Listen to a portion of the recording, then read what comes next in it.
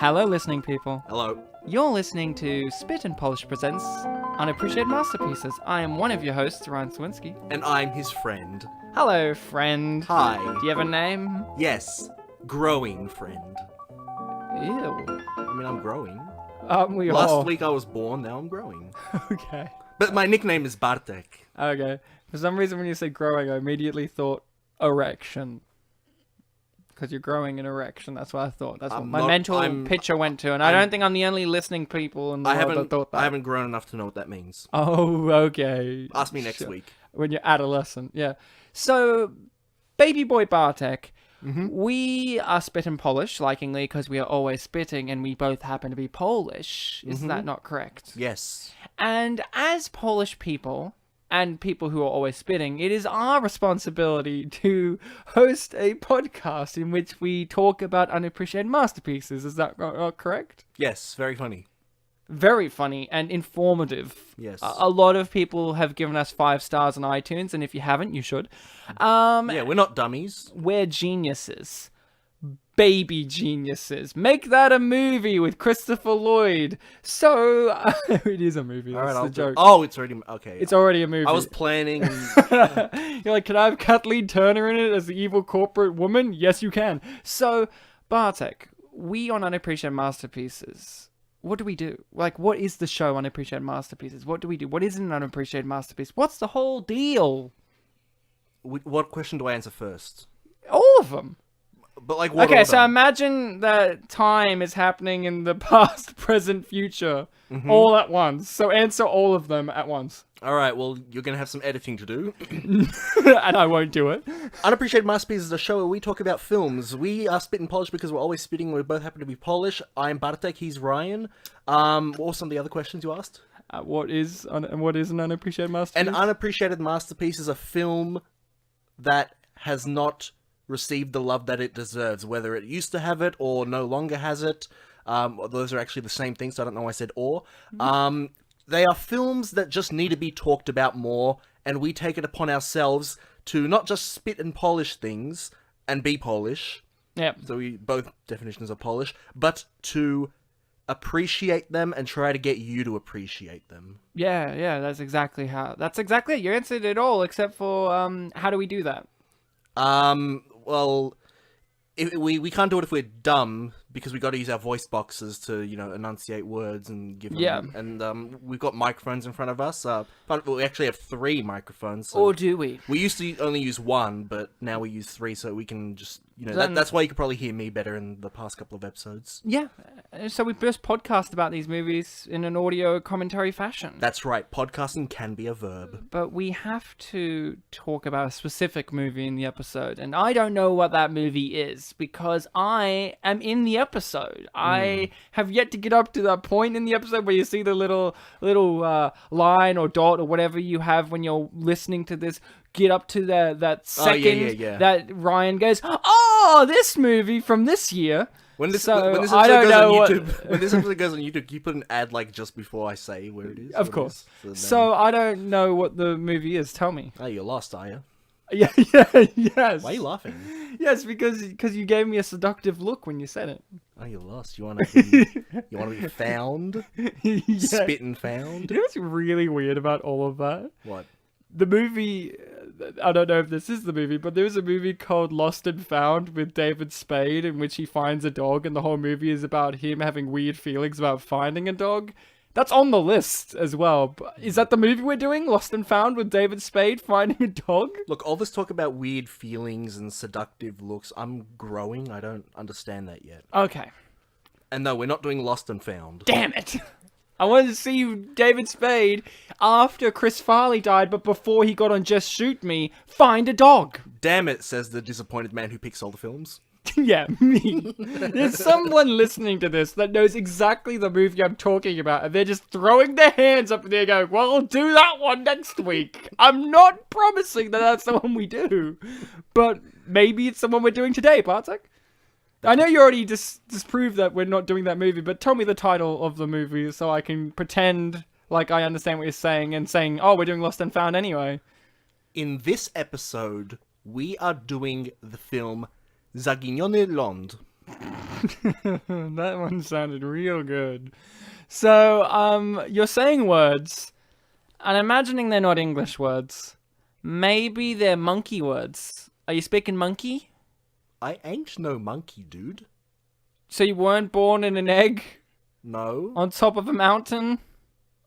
Well, I can't say no to that, but I wasn't born in an egg on top of a mountain. I'm sorry. So, yeah. You can't disprove that you were born on top of a mountain, but the egg part, that's where you go, no. So, we're not doing Monkey, the famous character of Asian law. Why would you think that we're doing that when I said Zaguignone Land? Oh, because I thought you were speaking monkey words, not English. What are you speaking? Polish. It's the title of the film. Oh, Polish. I see. Here's the awkward thing, Bartek. I am Polish, but I don't speak it. That's the awkward part. Do you even exist? That's a good question.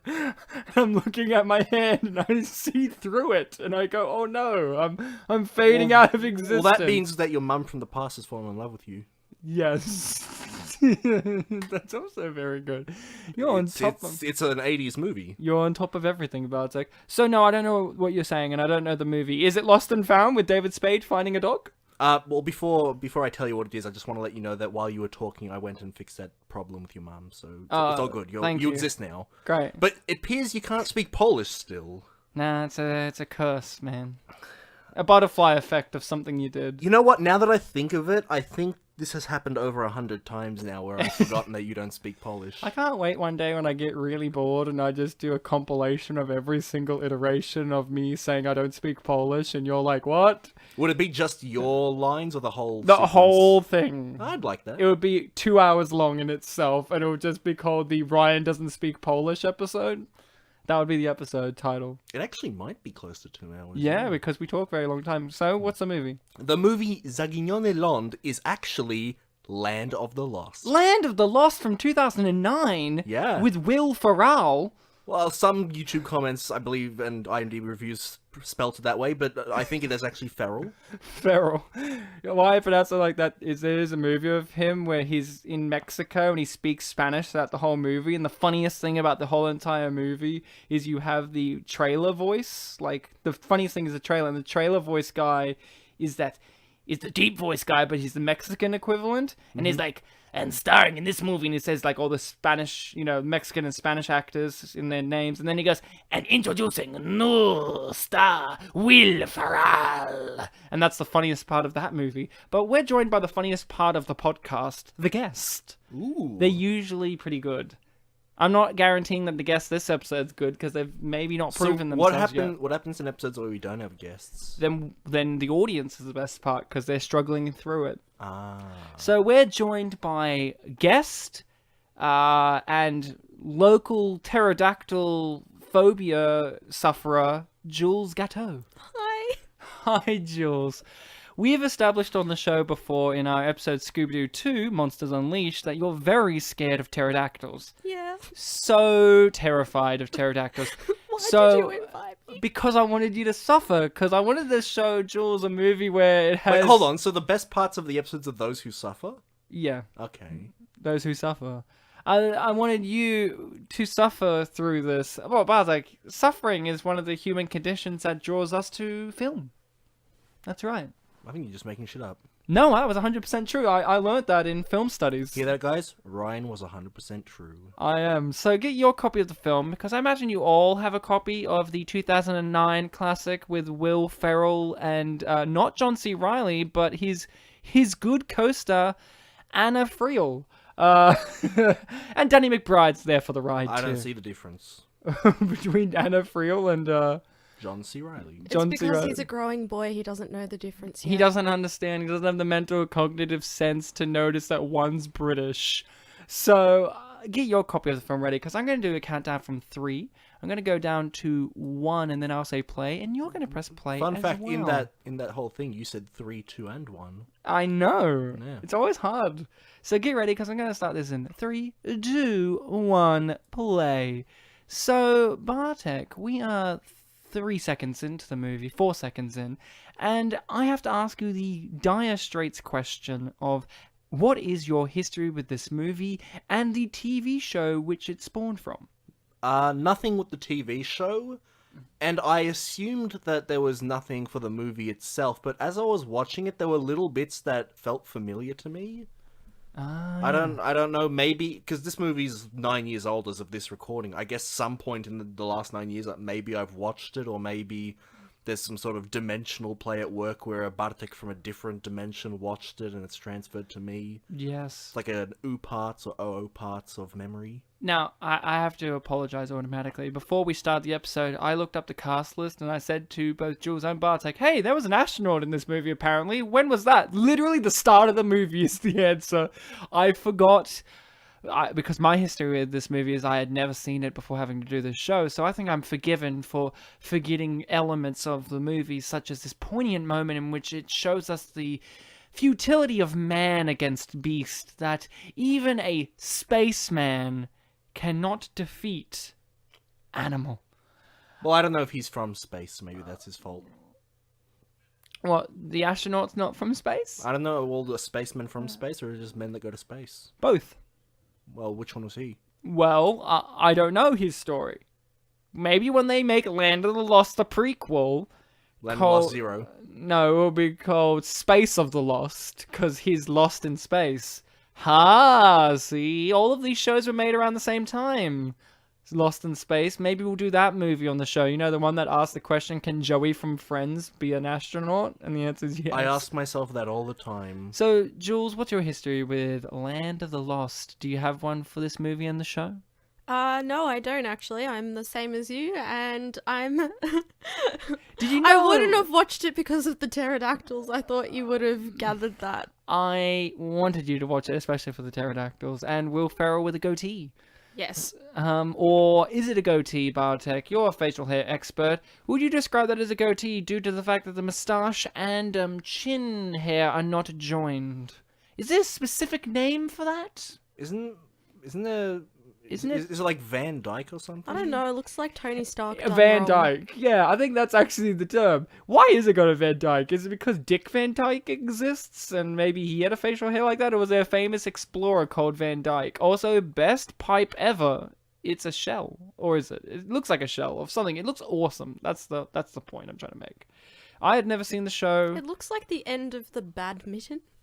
The badminton. Are you talking about the shuttlecock? Yeah, shuttlecock, that. The end of... It looks like the end of the badminton. You know how we all of the sport. We all play. How You know, Bartek. No, It's the part where we you put the rackets away and take down the nets. Now, usually I don't always describe the visual elements of our guests. Usually only with Jules, which is sometimes she has wicked nails. But for this episode, Jules is just exactly like Will Ferrell in this scene, down to the little thing around the neck. And the Van Dyke. And the Van Dyke. And I've magically If that's turned into a Van man. Dyke, yeah.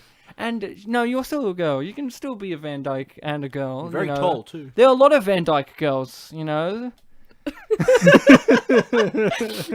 Is that like a Bond girl or something? No, I'm But for Dick Van Dyke? I was gonna say, I think I was they making just a reference to Dyke. Yeah, I was gonna say, I think they just Lesbians. really Oh, I actually missed like that, hanging yeah. around with other girls all the time. But only in vans. Whether it be the vehicle or the shoes, which I'm pretty sure you're wearing Vans shoes right now, so pretty spot on.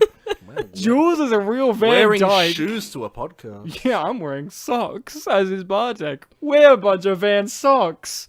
So, now, I had known that this TV show existed before having to see the movie. Like, I had never seen the movie. I remember the advertisements very much so. The mosquito bit was advertised quite heavily in my brain.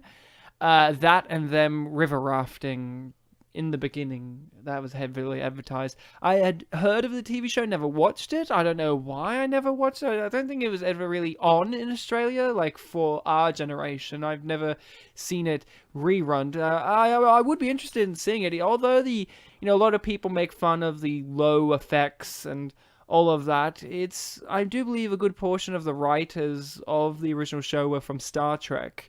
And Star Trek gets bagged a lot for having its corniness to it as well, but there's something inherent within the sci-fi that still transmits through time now, and hence I'm interested in watching the show, especially after watching this movie. I know the movie and the show have very different things going on. Apparently in the show, they're a family that fall through. Like, there is no Danny McBride. It's son, I'm pretty sure. Not... I know that the Holly equivalent's apparently his daughter. Yeah, so... Yeah, it's a lot of different things going on here, but that's what you have to do when you're making an adaptation. We've recently been covering throughout our whole show, we've been covering these specific types of film adaptations of TV shows. Last week did Dukes of Hazzard. Mm-hmm. This was unplanned. I didn't mean for this to be happening. I just went Land of the Lost with Jules. That will do. Like, Jules' name has been next to Land of the Lost for a while. Land of the Lost Jules. Land of the Lost Jules, the sequel in which they find Jules in Land of the Lost. Like lots of precious gems, or Or me? you. No. Lots of precious gems owned by a person named Jules. No, they think that they're looking for precious gems, and they open up the treasure chest, and it's just Jules. And it's just Jules. Dressed as Will Ferrell in that first scene. No, dressed as Danny McBride, because her character's the daughter of Danny McBride's character. Yes, Hollywood, get on this. This sounds like a great film idea. Please hire me. Jules is a struggling actress and a Van Dyke, as we've already gone through, so she needs the money. I've never seen the TV show. I'm really interested. What about you guys? You ever heard of the TV show, and are you interested after having seen this movie? I could have believed that TV show existed. It just sounds like something that, would have played on TV. The theme song's pretty iconic. If I heard it, maybe I'd recognize it, but I can't say I'd know what it is. It's the Land of the Lost. No, that's not how it goes, but yeah, it's pretty iconic in itself. It's the Land. All right. I don't speak Mongolese. So, Jules... Wow, that's a reference to jokes we made before we started recording. Jules, show, heard of it? You want to watch it? I only recently knew about it when researching for this. Oh, good. So you mean within the last week? Yeah, so I only know of its existence, for a week. For 7 days, yeah. Yeah, for 7 days. And, yeah, sure. You're going to buy the Blu-ray? No, I'll probably find it on the internet somewhere. On legal sites like iTunes, right? Yeah, definitely. You want the creators of the show, who I'm pretty sure are still alive. I mean, they were there for the premiere of this movie. You want them to get all the reimbursements for your... Yeah, I'll give them my hard-earned walnuts. There she goes at it again. Classic Van Dyke material. They're healthy, so walnuts. So that's a reference to the movie that Will Ferrell makes the complaint that dinosaurs have walnut brains. I would put walnuts in, the top 3 nuts, I reckon. Really? What's the top nut? It's a good question. I've always liked hazelnuts. And don't say peanuts, because they're not a nut. They're legumes. Well, they're alright. Okay, so you're saying hazel for you? Hazel's pretty good. Jules, top nut? I know it's hard being a Van Dyke, but choose the top nut. nut. If you say Brazilian, I swear to God, that's the bottom nut. Is it? I don't like Brazilian nuts. Ooh. I was going to say, I do enjoy a good almond. Almonds are great. Okay, wow. Wow, you're missing the king of nuts. You're going to say cashews, It's Ryan? cashew. Yeah. They're the king of nuts. They probably were at one point my favorite, but they grow so weirdly, though. They look like brains. No, you don't want to eat little brains? They grow off a fruit and just dangle off. Don't you want to eat some dangles? I don't think you can trust them. As a Van Dyke, I don't think I do want to eat some dangles. What, you're saying Van Dykes don't eat dangles? Now I'm learning everything about a thing that I made up 10 minutes ago. So, no dangles for you. Yeah, cashews are the king of nuts for me. I don't have a least favorite. I've never really went, maybe... Brazilian, I know, yeah. Maybe... Brazilian. Nobody talks about macadamias. I feel like they're all right. There's people who are loyalists to macadamias, let me tell you. They're very big. They're very big. Maybe they're on my lower list because they are big, but they're not as... I want more. They're not Moorish. Yeah. They're the smaller ones of the Moorish. Moorish ones, yeah. Brazilians aren't that small either. You hear that, Brazil? You're big. Fuck your nuts. Fuck your nuts, Bartek says. Fuck your nuts. That's what he wants. He wants to fuck your nuts. Brazil's one of the bigger countries in South America, right? Yes. Yeah. They're also very good at soccer. Not this time round, though, are ya, Brazil? Are ya? You lost it. You didn't win the World Cup this time. Tough shit. Brazil. This is Brazil's least popular episode. Oh no, it's We don't like your nuts and we're making fun of you for the for sport you're good at. sucking at soccer this time around. What, you let the fucking Croatians win? I mean, they didn't win, but they got better than you. Jesus. So, Jules, this is your favorite scene because there's titties on mugs. When you watched this scene, were you compelled? By titties on mugs? Yeah. I'm just asking the question why I don't own them. That's titties? No mugs. What about titties on mugs? Yeah, that's a good question. Why don't you own them? Because you only drink out of bowls. That's what you do. That's Jules's kooky Are you habit. calling me a dog? No, I'm calling you a bowl drinker. Jesus. Maybe you're a big fan of soup. Maybe you're do a like cat. Your last name does indicate. Yeah, that's true. So get your own Her mythology. last name's right. not Cat. What are you on about? Her last name's Gatto. Yeah, exactly. That's Yeah. Italian. Oh, so you speak Italian now, but not Polish. Yeah, I speak fucking fascist. Yeah. Merde. That was good, Bartek. Well, it's French, isn't it? Yeah, yeah. Yeah, genau. So we all spoke a language then. It was very good. See. Okay. I did see, yeah. Well, I heard, but... D? There. E, F, G. We all went through the alphabet now. Whoa. When I said to Jules that we were going to be doing this movie, we spoke on Facebook, and I spent a long time trying to find the appropriate GIF or GIF to send to her, and this scene here Please don't. of him flexing his arm is what I sent Jules, and I got no reply. I'm pretty sure. That, and I sent another one of the kid monkey Shaka twisting Will Ferrell's head to look around at some lizards. Again, no reply from Jules. Jules is full of no replies when having to see teaser elements of the movie. It's because we speak English, not GIFs. GIFs. No, it's because I was that deadly afraid that you would send me a gif of a... Well, you didn't know pterodactyl was going to be in it. A pterodactyl. A pterodactyl? Mm-hmm. Yeah, they're podiatry of pterodactyls. Pterodactyls. Pterodactyl. So, none of us having seen the show and not really having, like, I had heard of it. What, not knowing the central premise of the story, what were we expecting? Because I kind of knew that they get transported, but I legitimately thought they got transported to the past. So I was expecting them to kind of go through, like, a time travel situation in which they're stuck in, like, the prehistoric ages. I thought it was going to be that TV show Terra Nova. You remember that TV show, Terra Yeah. Nova? I thought it was going to be that. So, Well, the whole idea of, like, Land of the Lost, it makes you think, like, oh, it's a world with dinosaurs, so through some means they're going to end up in an environment that has dinosaurs in it. Yeah, or a journey to the center of the earth situation sort of thing. yeah, I thought it was going to be Jules Or Verne. an Ice Age 3. An Ice Age 3, you're right. Dinosaurs do appear in that one. And, Well, they do go to a lost world in that one, I believe. no, that's Jurassic World, buddy. Jurassic World, Lost World. No, but That's it's a like sequel they go to to like Jurassic World 1. they go like underground and Thanks. there's a world Thanks with for that dinosaurs. clarification. Sorry, Jules. I needed to clarify for you. Yes, so dinosaurs are in this movie, and they are big players, aren't they? Yeah, there are many actually. I was gonna say there's at least 3, but then I remembered there was a bunch in one scene. Or is that just because they're large? No, you have small dinosaurs, Jules. I don't know if they were velociraptors. but They were very skink lizards, but meaner. You know, they were nippy. Did you think at any... Nipples. Just ankle biters. Ankle biters, yep. Bartek says nipples, you say ankle biters. Well, There's a lot of elements tiny. being thrown Look, at I'm me here. growing, but I at least know what nipples are. Do 'cause, ya? Well, the breastfeeding, you know. Oh, you remember that part, do you? I'm not that old. Wow, okay. Can we clarify how old you are, Bartek? I'm growing. That's how old he is. That's all you need to know, Jules. Jesus.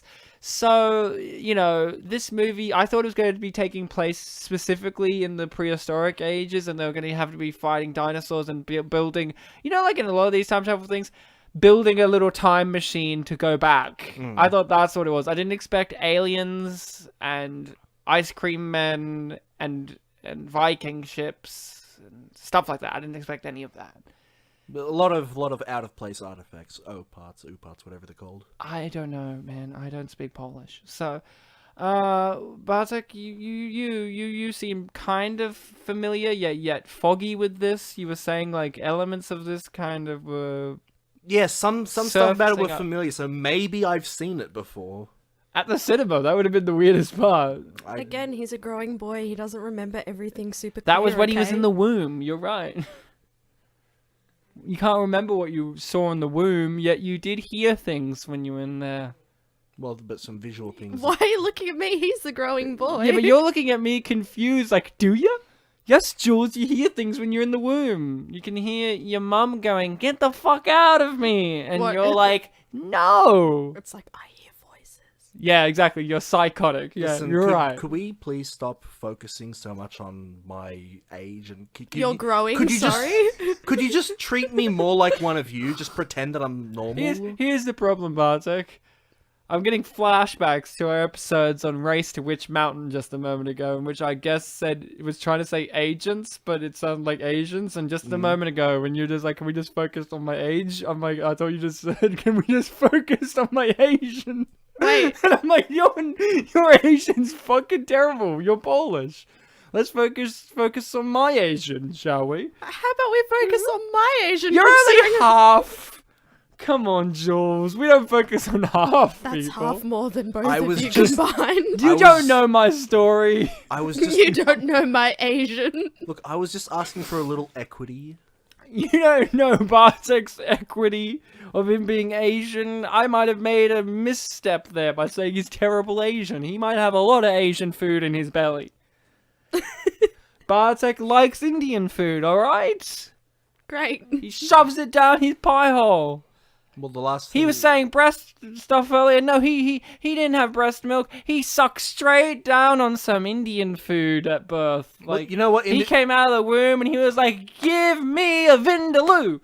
Now, He's just a spicy growing Well, boy. you know, in he's the, a spicy boy. in this film later on, they do drink something that seems to be spicy. What? Well, out of like I think it was like the narcotic of some sort. It was when they're at the Oh. pool. Yes. Oh, did you indicate? Wait, did you interpret that as spicy? I might be thinking of something else I saw recently. Yeah, I didn't think that Yeah. they reacted to it as spicy. I I'm thought sorry, they I'm- reacted to it like, "Oh no, he gave us a narcotic." Sorry, I was oh, thinking God. of something else. Maybe when he when he drinks the dinosaur urine, he does react to it like, burns. boy, Season, that's yeah. that burns. So maybe you're thinking of dinosaur urine and I not must- mysterious fruit. No, I think I saw something else at the same time. Bartek's got a lot of things going on in his life. He's looking at dinosaur urine, and that's just this movie. Well, look, I don't want to. I know He's I. just sorting out life, okay? That's what happens when you're a growing when you're a boy. spicy Yeah, growing boy. I don't want to bring it back to my age, but or my age, as Ryan thought I said. But, Asians, I thought you said Asians, yeah. my Asian, but when you're young, you intake a lot more things. Yeah. Hey, did you think there was going to be repercussions for him introducing fire into Look, there's this tits society? on that as well. Well, he likes titties, but those are covered up titties because there's a little there's a little bikini. Well, on. Ryan, you'll notice later on in the film where they're trying to get back the device, there was some, like molten stuff on the ground there. No, I Wait, didn't. fiery titties? Fiery titties, Jules. It's fiery titties, which is your favorite kind of titties. Which is really interesting. That now a part of the mythology of Jules is that she's a lesbian. That's where we've gone with this, which is kind of weird due to the fact that you have a partner named Jamie, which is also a girl's name, so it all adds up. You'll never know. Never met this Jamie Lee Curtis, but it could be her. Jamie she's Lee been on the Curtis has been too busy making the Halloween movie. Well, she's been on the show, Ryan. Jamie Lee? Yeah. Christmas with the in Cranks. Christmas with the Crunkles. So, that's the German title. Uh, Christmas with the Crudes. so, this is the part of the movie called Chekhov's Titties, in which they introduce titty grabbing in the first act, and then it's going to be paid off later in the third act. Well, they introduced titty mugs too. Yeah, well, obviously, but this is titty grabbing. Chekhov's titty grabbing. So, because they don't have a Chekhov's titty mug at the end, you see. So, at the end of the movie, there's more titty grabbing. Apparently, looking this up, her outfit here. Good job, Danny McBride. That wasn't scripted. He just got to grab a boobie. But in the trivia, I read that her outfit is the exact same outfit that's in the TV show. Until she decides that she wants to wear mini shorts. And no shirt. Just singlet. Yeah, because didn't you know that that's the most practical outfit in any movie ever? Especially no if matter you're in what. the wilderness. Yeah, particularly, actually. When you can get cut by things. And bidden by things. Oh yeah, yeah. It's kind of like, did you ever see that new Blair Witch movie they made? I strayed away from it. Straight away? Yeah. You were afraid? Yes. You afraid of the Blair Witch? Sure. Okay, so in the new Blair Witch movie, it's a couple years old, so get over yourselves if you're like, no, he's ruined this Blair Witch. One of the girl characters goes, oh, we've got to cross this river. I'm going to take off my boots. Why would you do that? And then she gets cut on the foot, and then a thing grows inside of her foot, and then she has to pull this wiggly creature out of her foot near the end of the movie, because it's an awesome idea, but it's kind of like, why, if in any world at night, would you want to take off your shoes in the forest, and especially in the river, which you can't see rocks and things in? That's this movie, basically. It's she's saying, I don't need pants, I need shorts. There's also a moment later in this movie I really liked where they made fun of Will Ferrell for wearing shoes. Like, he's got these heeled shoes, but then I look at her shoes and they're even more heeled than his ones are, but she's making fun of him. Because this movie, I don't know if you know this, Jules, but this movie is all about equality, because she picks on him, and he picks on Danny McBride, and Danny McBride picks on both of them. Isn't that equality? Yeah. Isn't that just all equal there? Like, and they all pick on Shaka. Because none of them like him. And apparently she can speak his language already. Do they explain that? Maybe. Well, they do. And how do they explain that? I believe they said something along the lines of she worked with chimps or something. And yes, we all know that chimps have a very distinct language that they speak, and we can speak that monkey language. And that language is transdimensional. Oh yeah, yeah. And we, as humans, can learn to speak animal talk. Because animals are sentient, right? Mm-hmm. And they have proper cultures and language, and they understand words. And ice cream is great. Oh, well, Jules, big fan of ice cream? Oh, of course. Almost as big a fan as you are of titties? I may even like ice cream just a little bit more. Now, if we combined ice cream and titties, how would you feel about that? They're really cold, so... You know. If I was God... And I went, Jules, we're going to combine these two elements. How would you want that to work? As in, like, tits made out of ice cream, or ice cream made out of tits? Because the former, please. The later, the latter seems I like how odd. Bartek, a growing boy, wants a specific one. Tits and milk. Well, the one that's ice cream. Well, yeah, tits and milk. Titties and milk. I was thinking that titties that lactate ice cream.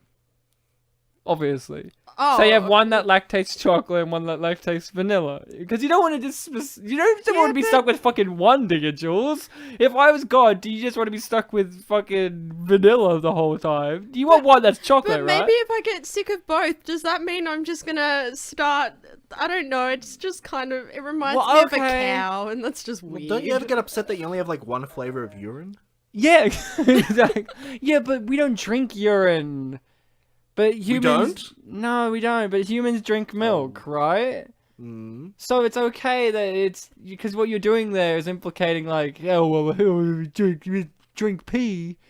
No, we can drink milk that comes out of titties, but if you replace it with ice cream, that's okay too. Because we can eat ice cream. And yeah, like reminds me of cows. Unlike humans or human women already that have, like, breasts that lactate milk. Yeah, which cows also lactate milk with others. I mean... We're animals. I like how they spent enough time. Did you know they invented the selfie there? But that was the selfie. Really? I know, but Danny McBride was willing to be a no, they're inventing, what would you call it? Like a dangerous picture? You know how there are those pictures of people doing dangerous shit? Though, yeah, this was the 2009 trend that would be followed up by, like, planking and stuff. Stunt photography. That's what I call it. They invented it back in whenever this movie takes place. Well, another dimension, so probably still 2009. But when does this movie take place? 2009. In the present, past, and future. You sure? Oh, I'm growing, so I'm sure. I'm confident, but I'm not right, probably. Because I'm going to ask you this. This is a dead serious question now. When does this movie in the real world take place? Because at the beginning of the movie, he's on the Today Show, is it? With Matt Lauer or whatever? Lauer, yeah. and he's getting interviewed about this book. And it references what year it is then as like the current year, 2009. Did it say 2009 there? I'm pretty sure. And then the movie cuts to years later, or a year later, or 3 years later. They cut to some period later, yeah. So does that mean when people saw this in the theater that this movie was taking place in the future? Like the super near future, I guess. Yeah, and now we're past that, and we could be like, Stephen Hawking didn't say that time travel didn't work. Well, specifically Stephen Hawking was criticizing his theory about time warps. But then in the trivia, they even say Stephen Hawking is confused as to why, because he believes that this could work. Like, time travel's a thing. So. Well, obviously it's a movie fictional universe. But, like, if you're going to get a fictional universe, well, that's the thing. If you're going to get... But maybe since they time travel to the future in this movie, they're like, maybe in 2000, let's say this takes place in 2011, they're like, then he did believe. We talked over one of the famous lines of the film. Oh, we should call him Grumpy? Yeah, Grumpy. No, the line about the Polish.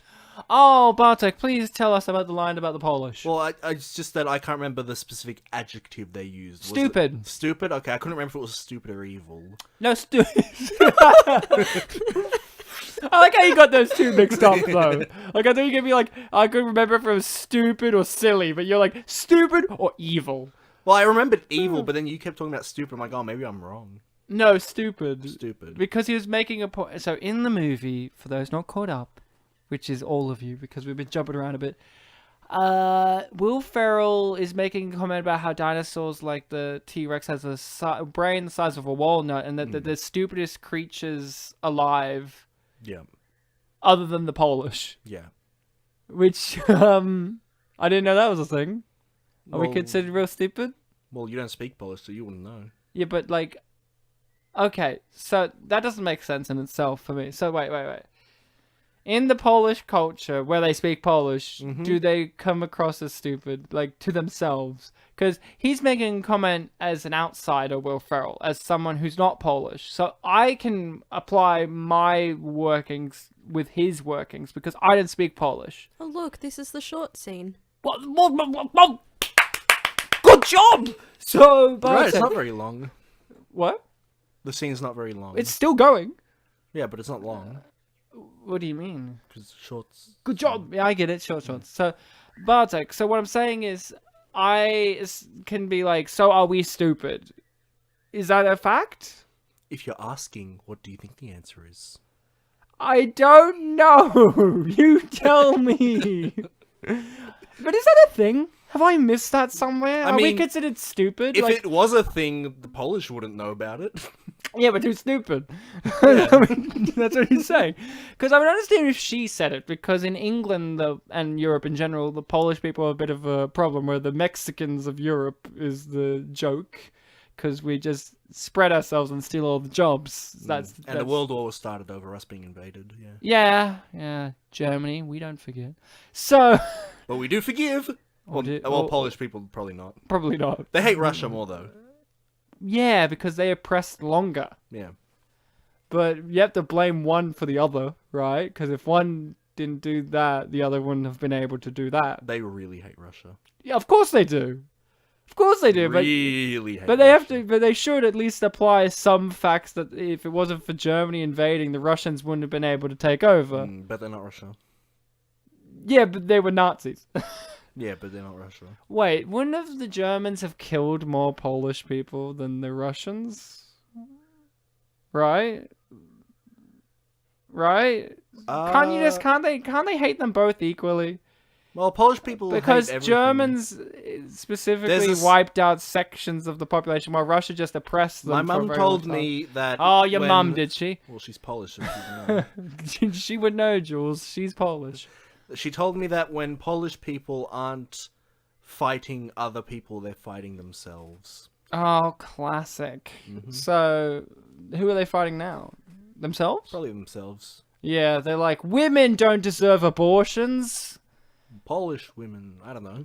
No, just women in general. That's or is the it Polish... just a whole bunch of Polish people in their homes fighting themselves? Yeah, fighting themselves, ripping each other a new lung. No, just inner turmoil. Singing the national anthem. There are no Polish comedies. There are only dramas and tragedies. Like every show on TV is just someone sitting in a chair with sad music playing. And World War II movie.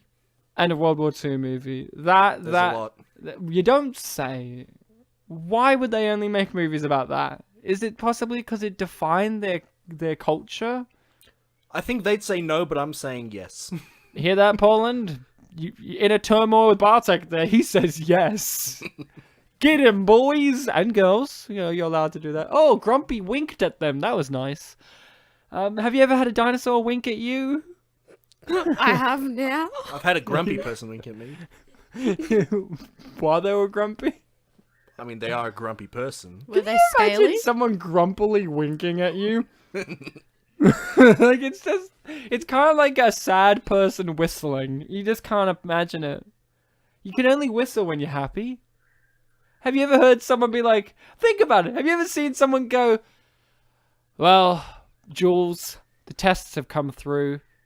You've got the cancer of the bowels. Oh, well. Like, you just whistle your way out of there. That's not what's gonna fucking happen. Whistling only, like, that's the positivity, right? Or like, I don't want to. You're in the gym and you're like whistling because you're like not looking at that guy's cock. Or there. well, it could be like I feel like No one whistling can be whistles. creepy though. like Yeah. a spaghetti western kind of thing. Like the guy's walking into town whistling, and it's like, oh, it's him. Yeah, but His trademark whistle. he's not doing it like I'm sad though. It's usually a like positive that's- connotation still. Like Really, I feel like that's a calling card. yeah, like, but in the I'm real here. world, It's like an intimidation tactic. yeah, but in the Yeah. real world though, that's movie world. In the real human You world, haven't gone to Poland. No, I still yeah, think that's movie land. I still think whistling can be creepy in the real world. yeah, but that's not That's- sad. Like, But that's not you can imagine like a positive either. serial oh, killer. you don't like creepy? you don't like creepy, Jules? No, I don't. You can imagine like Do you like happy Jules? Yes, I like happy. No, happy Jules. Happy me. Oh, you're just going to talk about yourself. You don't want to talk about other people called Jules? There's other people called Jules. One of them's in fucking Pulp Fiction. That's true. And he's creepy. Or happy gems. Happy Gems. Yes, you got the people called Jeremy. I could or see Gemma. I could see Mick Taylor from Wolf Creek 2 whistling while doing messed up. Yeah, but things. he's happy when he's whistling. Like, the person themselves are happy when they're that's a good whistling. point. That's the point. You don't have someone who's sad whistling. Like, you don't have someone who's angry winking. Yeah, okay. You don't have someone going, I hate you! Like, it doesn't work, because then the wink is giving you a different message of something. It's not like when they wink at you, go, I fucking hate you, and then a wink that kind of gives you that, oh, they don't actually hate me, thus their anger doesn't exist. Ryan, you are so not progressive. Hey, don't you like that they set up this little moment here in which an alien can transmit into the mind, and then they never use it again? Weren't You we see- saying earlier how he's not an alien? Isn't he? He's a lizard alien. He's an alien lizard. Maybe we're all aliens. There's something. Let's call them things. Now, I think that's great that they set that up and then never use it again, because that's a subversion of the Chekhov rule. Because sometimes films, especially Hollywood, like to break with conventions of filmmaking. I mean, a lot of people go, Hollywood, they always a 3-act structure in which you, especially, let's apply it to a Will Ferrell movie. You always have a 3-act structure about a man-child who falls from grace and then realizes they shouldn't have been a man-child in the first place, and then they become a good guy at the end. There's always a formula. Well, some movies, though, in Hollywood, they do break that formula, like this movie does. This movie's saying, hey, Will Ferrell's a scientist who learns at the end that science is not always the thing that you should apply your knowledge with. And isn't that a good message? Yeah, Really? it's Science is for losers. That's what this movie's saying. it's progressive and forward thinking. It's like I don't want to make the whole thing about like, oh, Citizen Kane or whatever, but that film was famous because it was like, ahead of its time and invented things that, we use today in film, like shots or whatever. I haven't seen it, but is that what they say about it? Well, yeah. If you were to talk about the technicalities of things, yes. It played and invented and was innovative with certain things, like he cut a hole through the floor so he could put the camera there so it was lower. Stuff like that. Lighting techniques that were used for theater were used for film. But you could say with the thematics, like the real world things, like, you know, with Citizen Kane, you could apply this here too. Citizen Kane was at the forefront of critiquing and analyzing the media mogul. Yes, but then I ask you, did Citizen Kane have a Danny McBride? No, it didn't. Exactly. Did Citizen Kane have this sequence here? Well, actually, the funniest thing is, it didn't. Exactly. But imagine if it did. Where it's just like Orson Welles just being like, Rosebud, and then he's like, Rosebud! Imagine that. You know, he's holding the snow globe. It's of this scene, though. He just drops it and smashes. Okay. But Citizen Kane thing, right? That is like is making at the forefront of critiquing media mogul capitalism, right? Mm-hmm. With I can't remember who he was specifically. William Randolph Hearst. This movie is doing the exact same, but about science and how it can be very elitist. Because you have someone here who's saying time travel is possible, and they're saying no. Which is very historical, because, you know, a famous Polish man once said that the world was not flat, and then he got persecuted, and... Yeah, the Mikołaj Kopernik. Yep, exactly. And he said the Earth was not flat, Copernicus, and it was only, what was it, in the last 5 years, they I think it was the church, or whoever, which country it was, that jailed him, gave an official apology. Oh yeah, there was something to Copernicus. like that. Imagine this. Imagine you, Jules. Imagine you said the Earth is not flat, it's round, and then you got imprisoned and died, and then what? 300 years later, I want to say. Remember what time let's say 300 years later. But centuries later. Yeah. Centuries later, after you have died, you're dead. You're not here now.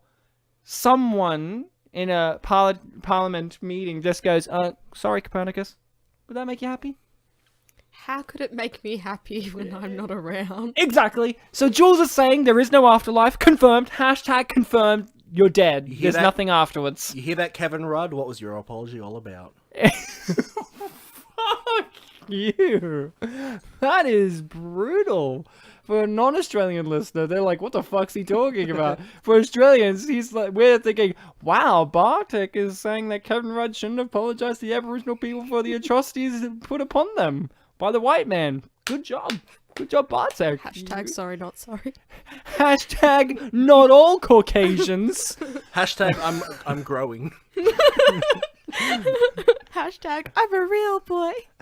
Hashtag don't trust people in tunics. Hashtag apparently I'm Pinocchio. Why aren't you? I don't know. Well, and I'm your Geppetto. You're Drew Carey?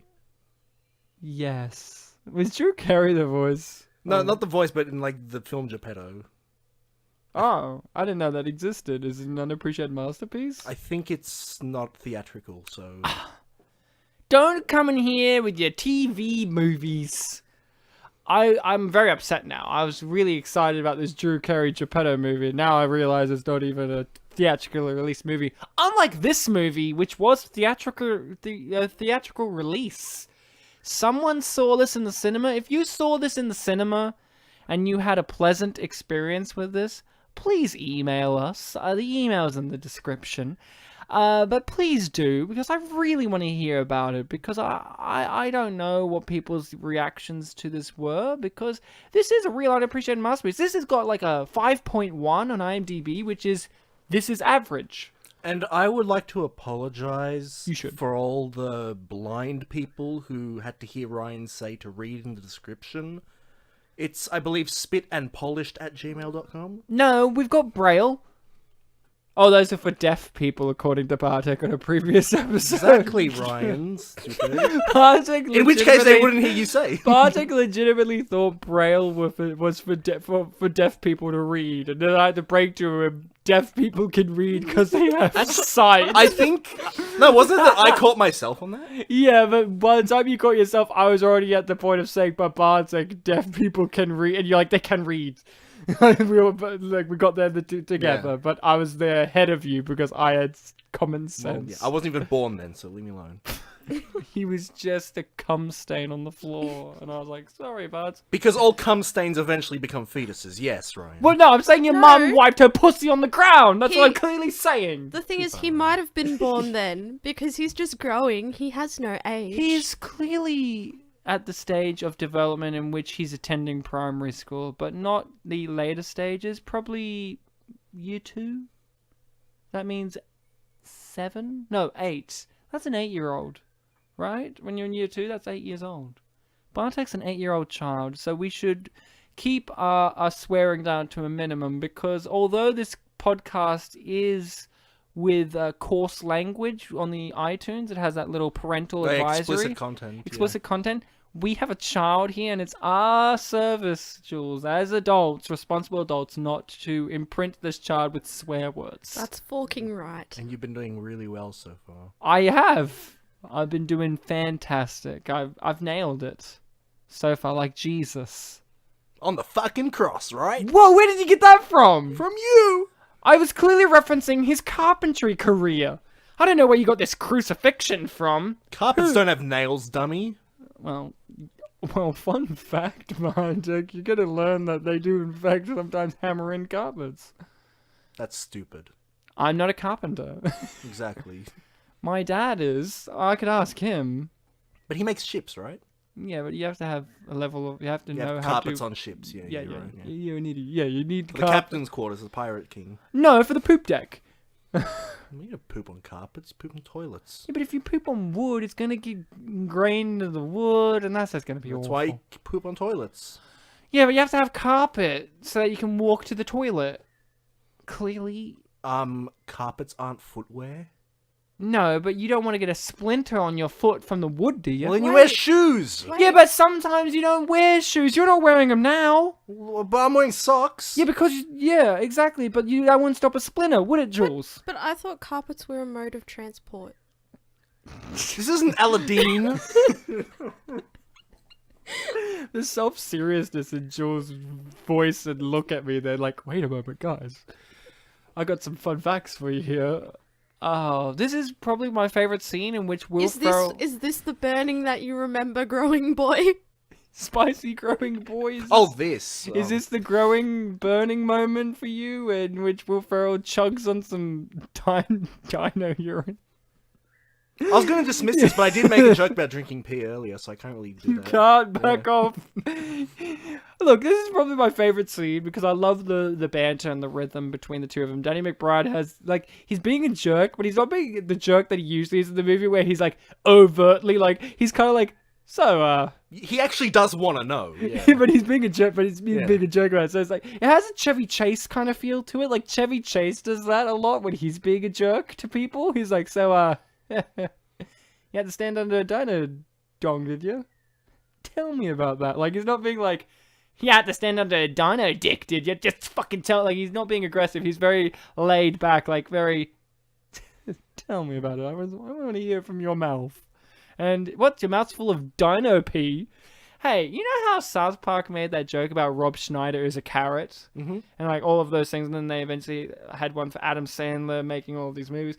Honestly, is there one for Will Ferrell at this point with them? Because it is kind of like Will Ferrell covered in dino urine is probably never going to be beaten in his absurdity catalog. Like, you know what I mean? Like, Will Ferrell has all of these absurd things that he's done. Like, you know, there's a whole movie about him not wanting to go to prison, so he hires a black guy to teach him how not to get raped. In Step And then Brothers, gets shanked in the head. in Yeah. Step Brothers, his tongue is pressed against dog poo. I think that's a bit worse, isn't it? Yeah, but dog Maybe- poo's normal. Yeah. Dog poo's a comedic staple, but covering yourself and then deciding willingly to drink dino urine And then do it pretty great. again. and then do it again. Because it might make it better, yeah. That's a good point. That's yeah. probably his most absurd thing he's ever done before in any of his films. I haven't seen every single film. I mean, you know, but I'm pretty sure this is at the top 5 in his absurdity catalog. That That's could what be I'm going to true, call it. His absurdity catalog. Like you get it mailed to your monthly, the Will Ferrell absurdity catalog. It's like, oh, what do you want to get this time, guys? Land of the Lost has pee from a dinosaur in his mouth. Good. Well, Anchorman has An animated sex scene. That's pretty good. We could go with, semi-pro Will Ferrell with an afro, but he's white, so that's good. Like, you can just keep going through them again and again. I think I'll order this version of Will Ferrell this month. Yes, please. Could I have the version of him where he shouts? Ooh, you mean just Will Ferrell? Yes, please. Could I have the most absurd Will Ferrell? You just flick to Everything Must Go and Stranger Than Fiction. He's like, ooh, serious Will Ferrell. Now that's the most weird one of them all, where he's a serious actor. Now that's crazy. What, you mean Bewitched? Well, that's different. That's Will Ferrell playing meta Will Ferrell, because in that movie it's very meta about him being an actor, but he's not being Will Ferrell. This movie really could have used Steve Carell as an actor from the TV show, but he's also the character from the TV show. That would have been great. Just like Bewitched. I think that happened in Bewitched, yeah. That's exactly what happened in Bewitched. Now, movies, TV shows, stories all rely on a protagonist or a series of protagonists. You can have them in different shades. You can have them be anti-heroes, like Deadpool, for instance. You know, where you root for him even though he does terrible things. Or you can have them be a clean-cut hero.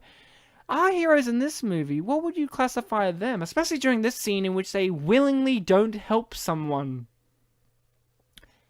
What kind of heroes would you say these people are? I could see that a strong argument can be made that they are on the sociopathic end because, a person's being ripped apart in front of them. But also you'd have to consider... And they're recording it for scientific purposes. Yeah. And at the same time, you'd have to consider the fact that, and I think it's even like the first step of CPR, where you have to consider your own safety over the safety of the person that needs help. Yes. Yes, you're right. Because it would be no use trying to help someone if you yourself will get ripped It's apart. so weird, because in my notes, I wrote in this scene, first step of CPR. That's all I wrote. I should have known that Bartek was going to bring it up. And in my notes, I wrote Staying Alive. Staying Alive is my favourite song, too. By the Bee Gees? Yeah, of course. What was the song that he sang, the show tune? I hope I get it. What's that from? The chorus line, I think it was. Is that it? I think it's called the chorus line. Okay. I know the song, but I don't know the chorus line. And I was just like, I googled it. I said to my fiance, I'm like, what's this from? And she went, oh, is it Fame? And I went, is that a show tune? I thought that was just a musical. Because when I think show tunes, I think like Pirates of the Penzance, HMS Pinafore, that era. Well, oh look, a spaceship. But I think of that era of things, but apparently not. Apparently, maybe it's any musical. And don't you like how Anna Farrell says, not Anna Farrell, the girl says, you listen to show tunes, gay, which is great, because usually the guys in movies say that, but this time it's a woman saying he's gay. Isn't that great, Jules? Isn't that what women have been fighting for in comedy? Equality? For them to say you're gay? Isn't that what they've been fighting for? Actually, I believe women have been fighting for full-length pants, but... No, they've been fighting for equal pay, but, like, that too. Full-length pants. Dude, this CPR card's bullshit. It has the abbreviation, but it doesn't say what it means. Where did you get that language from, mister? Yeah. Sorry, CPR. Also, where did you get CPR card? You're still growing. So, Bartek brought his CPR card, which, is old, I can tell. Yeah, it's from, 2008. 2 breaths, 30 compressions, 5 cycles in 20 minutes. Yeah, it has 30 and 2. That's all you do. You see the DRAB CD thing on there. That's like a abbreviation acronym. I know that the D stands for danger, but it doesn't say anywhere on the card what Which D? The first D. Okay, because there's one at the end. Yeah, DRAB CD. I don't know what the rest stand for, but that's the bullshit thing about the card. It doesn't tell you. So, Jules, with an adult, it apparently says 8 years of age and older is adult. Oh, wow. So Bartek isn't a growing boy, he's a growing adult. Wow. Yeah. I had a Chekhov's gun thing in my wallet for the last 11 years. Which is weird because you're still growing. Wait, I said 2008, so 10 years. Wow. 11. You're wrong. 8 years. So when you have an adult like Bartek, you have to head tilt, full, compressions, 3 chest depth, 2 hands, And then with a younger child, 1 to 8 years of age, you have to have head tilt as required. So you don't get a specific... You just have to kind of wing it with that one. And compressions, a third chest depth, 1 hand. Just 1 for Charlie. Well, I should have pulled this out when we did Meteor Apocalypse. So, you want to guess when you're doing one for an infant? An infant less than 1 years of age. Yep. Head tilt, neutral. So no head? No, you just have them no head tilt. You have to have it straight, I guess, like they're having a profile picture, I guess. And again, a third chest depth, but 2 fingers. And then look, you get an extra one here. Breath. Check for cheek puffs. Oh. What the fuck does that mean? What does that mean? So breath, do I just have to blow until their cheeks puff up? Is that what that means? Or do I... Isn't there a thing with, like infants Welcome where... to the CPR podcast with your hosts, Ryan Sliwinski, expert on infant CPR. Because of a 2-sided card. You know what's great? There probably is a CPR podcast, and they're probably called something like, Lifesaver podcasts, and you're thinking, oh, this is about the candy Lifesaver, and they're like, fuck you, it's about CPR, bitch. I was gonna say, isn't there a thing with infants that they can't drown because they have a thing where they tighten their esophagus? So maybe the cheek puff thing's related to that. Can they not drown? Apparently, they can't drown. Oh, wait, it's pterodactyl, Jules! Oh, we're distracting her with the CPR, Ryan, thanks! I know, but I needed to let her watch out because she has peripheral vision. But she wasn't reacting to it, you brought her attention to it. Oh no, now she's peed herself. Now she's the growing girl who needs diaper training. Great. And it's still there, Jules, watch out. It's okay. It's gone. It's okay. The girl's bottom was covering most of the screen, so you couldn't see it, but it's okay. She's gone now. Bartek, is it alright if I keep this CPR guard in case I need it? I was going to clarify, Bartek, I believe the drowning thing is that you can actually fully submerge an infant from a certain amount of time due to, being in the womb or whatever, but I don't know if it's to do with this. Oh, I thought you were going to say, you know how, with babies, they won't react unless you react sometimes. So, when you drop one and you go, oh my god, they won't know that they're supposed to go, that's a thing, right? That might be a bit extreme, but I know what you're saying. That's a thing, a minor thing. A lot of times, you might drop a baby and you go, oh my god, and they'll see you react with, oh no, and they'll be like, oh no, where? But if you don't react, they'll be like, oh, okay. Maybe if you drown them and you don't react, they won't know that they're drowning, and they won't react. No, they won't. Are you trying to suggest that they won't react because they'll be dead? No, they won't react to you knowing that they're drowning, so they won't breathe in the water. Thus, they won't drown. Pretty good, huh? Pretty good. That's right. baby logic. Because if I go into a body of water and I don't breathe, no, it doesn't work because you're an adult. You've got. I'm a growing girl. Yeah, you're a growing girl, but as this says, 8 or older, adult. Adult. Bartek's an adult. At the end of this so episode, you actually have no excuse now for being a growing boy because you've already established he was 8. So that's fine. He's just a growing adult. He's a growing adult. Aren't we all? To be fair, younger child also says 1 to 8 years of age, so it's like a middle ground. So on the cusp of 8, or he's 8. His birthday went a couple of months ago, so yeah, he's 8. He's older than 8. So if anything, at the end of this episode, you're not on the cusp. You're well above. You're older than 8. At the end of this episode, we're going to Google Drab CD and find out what it stands for. So we missed the iconic scene in which nearly said Ben Stiller. Rick. No, I was gonna say his full name. Will Ferrell, but yes, Rick gave up. Was it Rick Marshall? Rick Marshall. Ricky Marshall. That's the original character's name, too, I'm pretty sure. He gave up. He decided, no more. I'm done. I'm going to sit in this car. And they're like, don't you have another plan? Yeah, I'm going to extend my legs. And kind of shift positions when I want. And the hand in the pants. See, Jules laughed. And I laughed, too, at the time. And the hand in the pants. That's a classic man thing. We put our hands down our pants. You ever do that, Bart? It's like you're a growing man. I mean, if I drop something in the pants, I have to put it down there, so yeah. Is that all? When you just drop things? Well, I'm not going to leave it there. Thank you. I know what you're doing. I'm a growing man. I understand. Wait, you're growing too? Yes. Well, we are. We all are. Once we're 8, we're all growing. You never stop growing. We die. That's the end. And as Jules said, there's no afterlife. What's death? There's nothing. Well, you're an adult. You should know.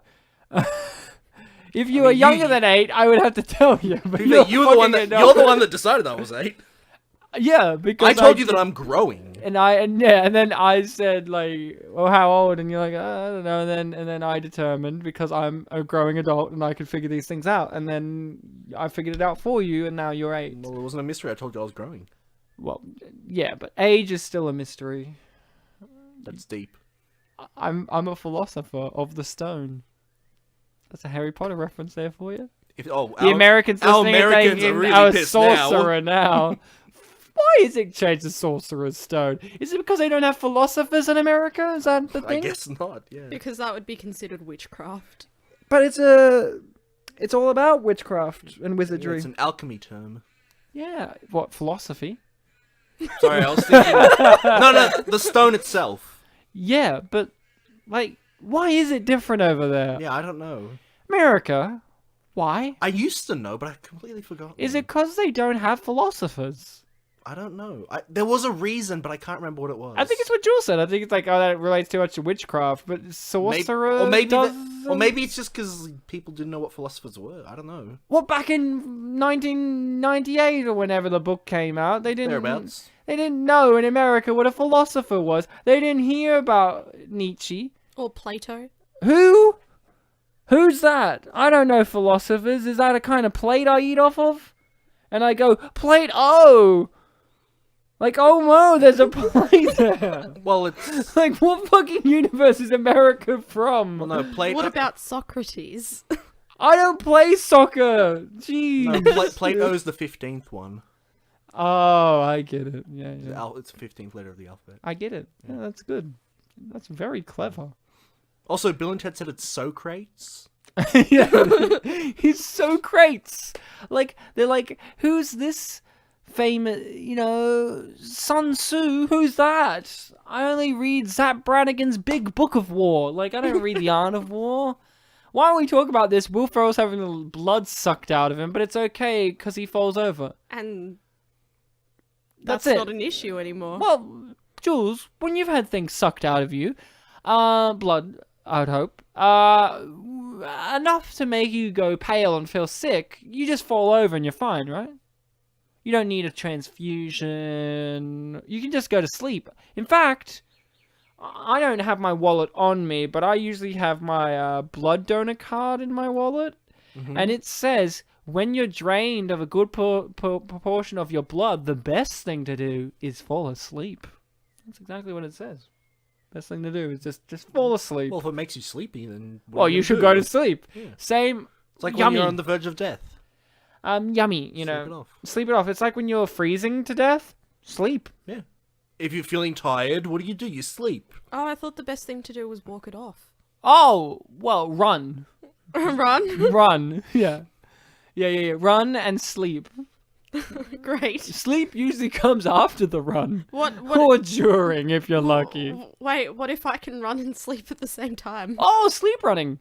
Then you're progressive. Then you're fully grown. So, I don't know if you've ever looked at Will Ferrell's body a lot before, but I have. I've seen enough movies of him without a shirt on, usually in his underpants. And have you ever noticed that he has a scar along his torso? Haven't looked that closely. It's a very noticeable scar. It's a scar that's like that indents into the skin. Like it's not like just look, he's got a scar, like a line. It's like there's ones where it's like you see like his skin is folded in, so there's kind of like this. I looked it up for this episode. I was like, what's Will Ferrell's scar? And I got a Yahoo answer. So you know it's true. And it said, I have a scar like that.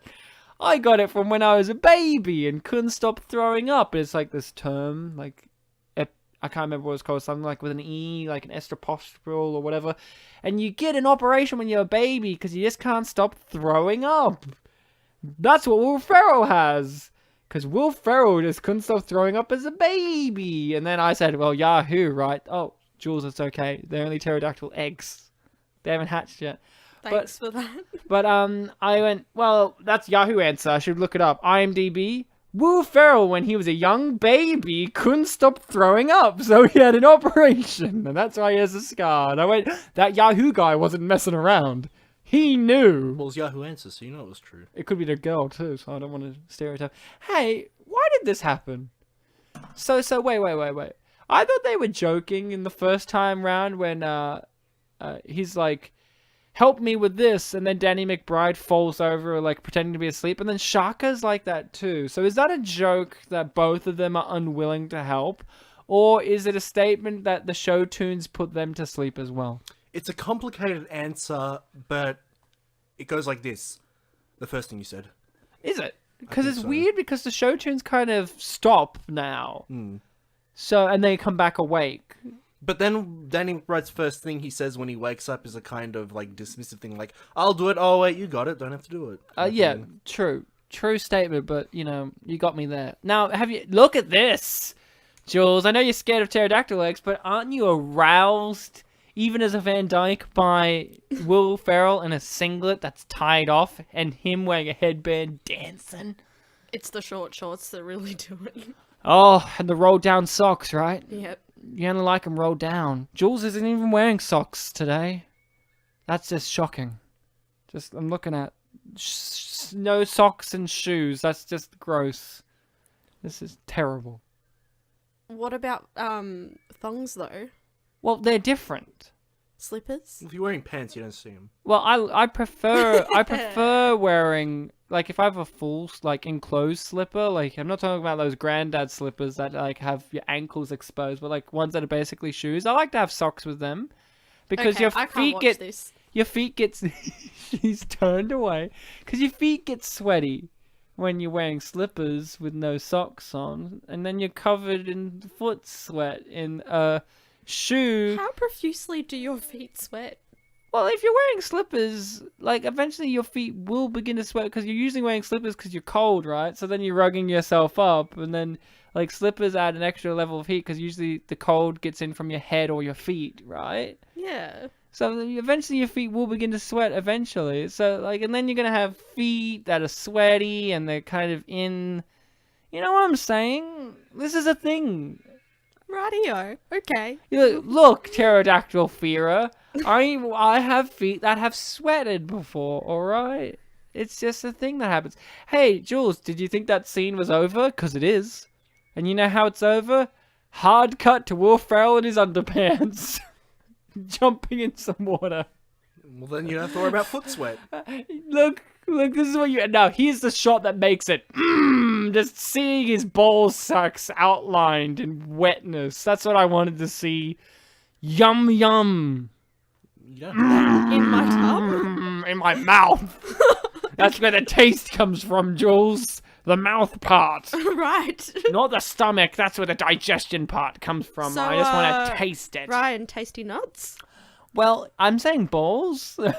Okay. Well, Ryan already said cashews. So. I already said cashews with kings, and they look like brains. So, yum yum. So, here's the famous narcotic in which they drink it, and he's just like, ooh, refreshing. See, Bartek, they're reacting to it like it's yummy, sweet and sour. Like Chinese food. That's what I think of Chinese food. I think sweet and sour. Is that how you think of Chinese food? They have food? the sauce, then yeah, but otherwise not really. I don't... Yeah. It was a weird thing of Danny McBride to say. Because I rarely eat Chinese food, but when I have it, I don't always connotate it to sweet and sour. Not all the time. Not all of it, just specific, I guess. But maybe there are specific foods that are, like, without the sauce. So it tastes yeah, like spring rolls. Sweet and sour. Yeah. I mean, I bought sweet and sour spring rolls, but, like, shut up. You already mentioned I'm not too big on Chinese, more into Indian, but I do like good fried rice. A good fried rice? Mm-hmm. Unlike a bad fried rice. It knows what it did. Yeah. It's being punished real good. Sometimes I'm like, all right, I'll order the bad fried rice, and it's bad, so, you know, I regret it. Well, Jules, you're half Asian. You might have half an opinion. And then there's people listening that are listening to this going, I'm mixed race. You know how hard it is. You're rejected from both cultures. I'm like, I get it, man. I'm Polish. I don't speak it. I get rejected all the time. It's a mixed hardness. It's a mixed hardness. Sweet and sour. Is that Asian food in a nutshell? Only being half. Does that mean I can only recognize sweet One, or sour, yeah. not both? You know Like exactly. half of both. Jules and I are always on the same wavelength because that's where exactly where I was going to go with that. Like, Well- Jules would say something like, "But Jules, you can only taste one, right?" Well, I mean, You and I. the teleprompter you give her kind of helps. You know what's so. weird? I'm the other half of the Asian. Like, that's the weird part. If Jules and I like touched hands, would combine into one Asian person, What, and like then, some weird Steven Universe gem? yeah, like, exactly. You see, fusing. Jules is that Asian part that I don't have, the one that watches animated kids shows about people who got gems in their bellies. And then you watch Dragon Ball Z, which is actually Asian. No, yeah, that's I'm the fusion. one that actually watches the anime. Hey, I like Sailor Moon. Thank you very much. There you go. But she's got the girly one. Yeah, Sailor Moon. That's for What girls. What about Dragon Ball Z? That's for boys Oh, okay, I see. It's all about balls. and dragons. While Sailor Moon's about planets and cats. Meow.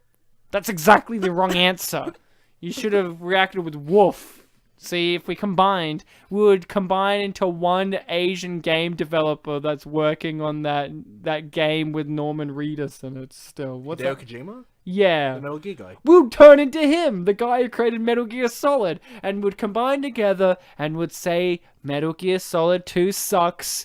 My Ryan half was correct about that all these years, and I'm sorry. And my 2 copies of Metal Gear Solid 2 say not really. Do you really have 2 copies? Yeah, Why? because one of them's updated version.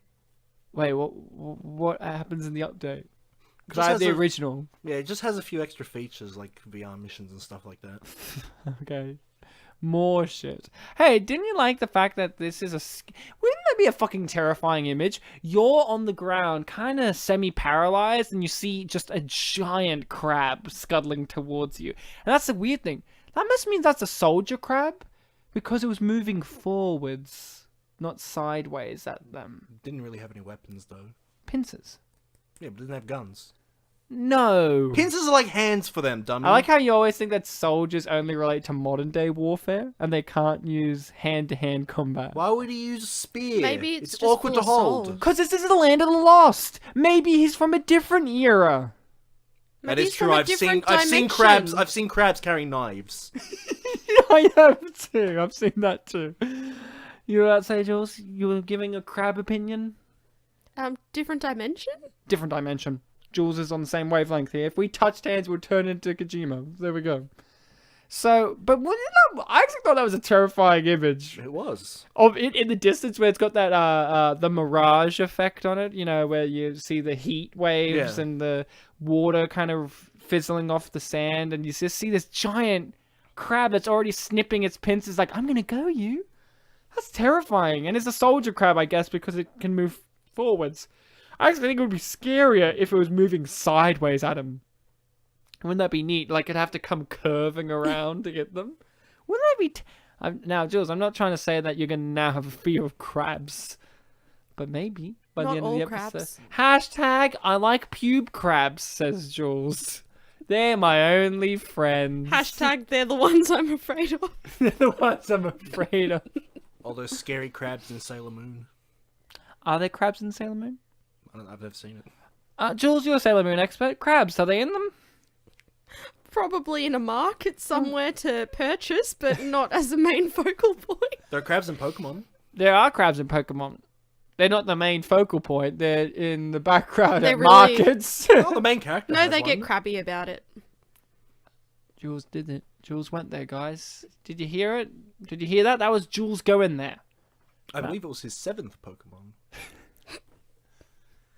Well, you know that. That's the thing that I love about Bartek and myself. We have vast knowledge on these... He loves about me, but he brings himself into it. No, that's the thing. We have vast knowledge on the most varying of things, but like you and I on two sides of a different coin. You'll be like, I know that this was his 7th Pokemon, I think and it I'll was- be like, and I've seen Shaun of the Dead, and you'll be like, I haven't.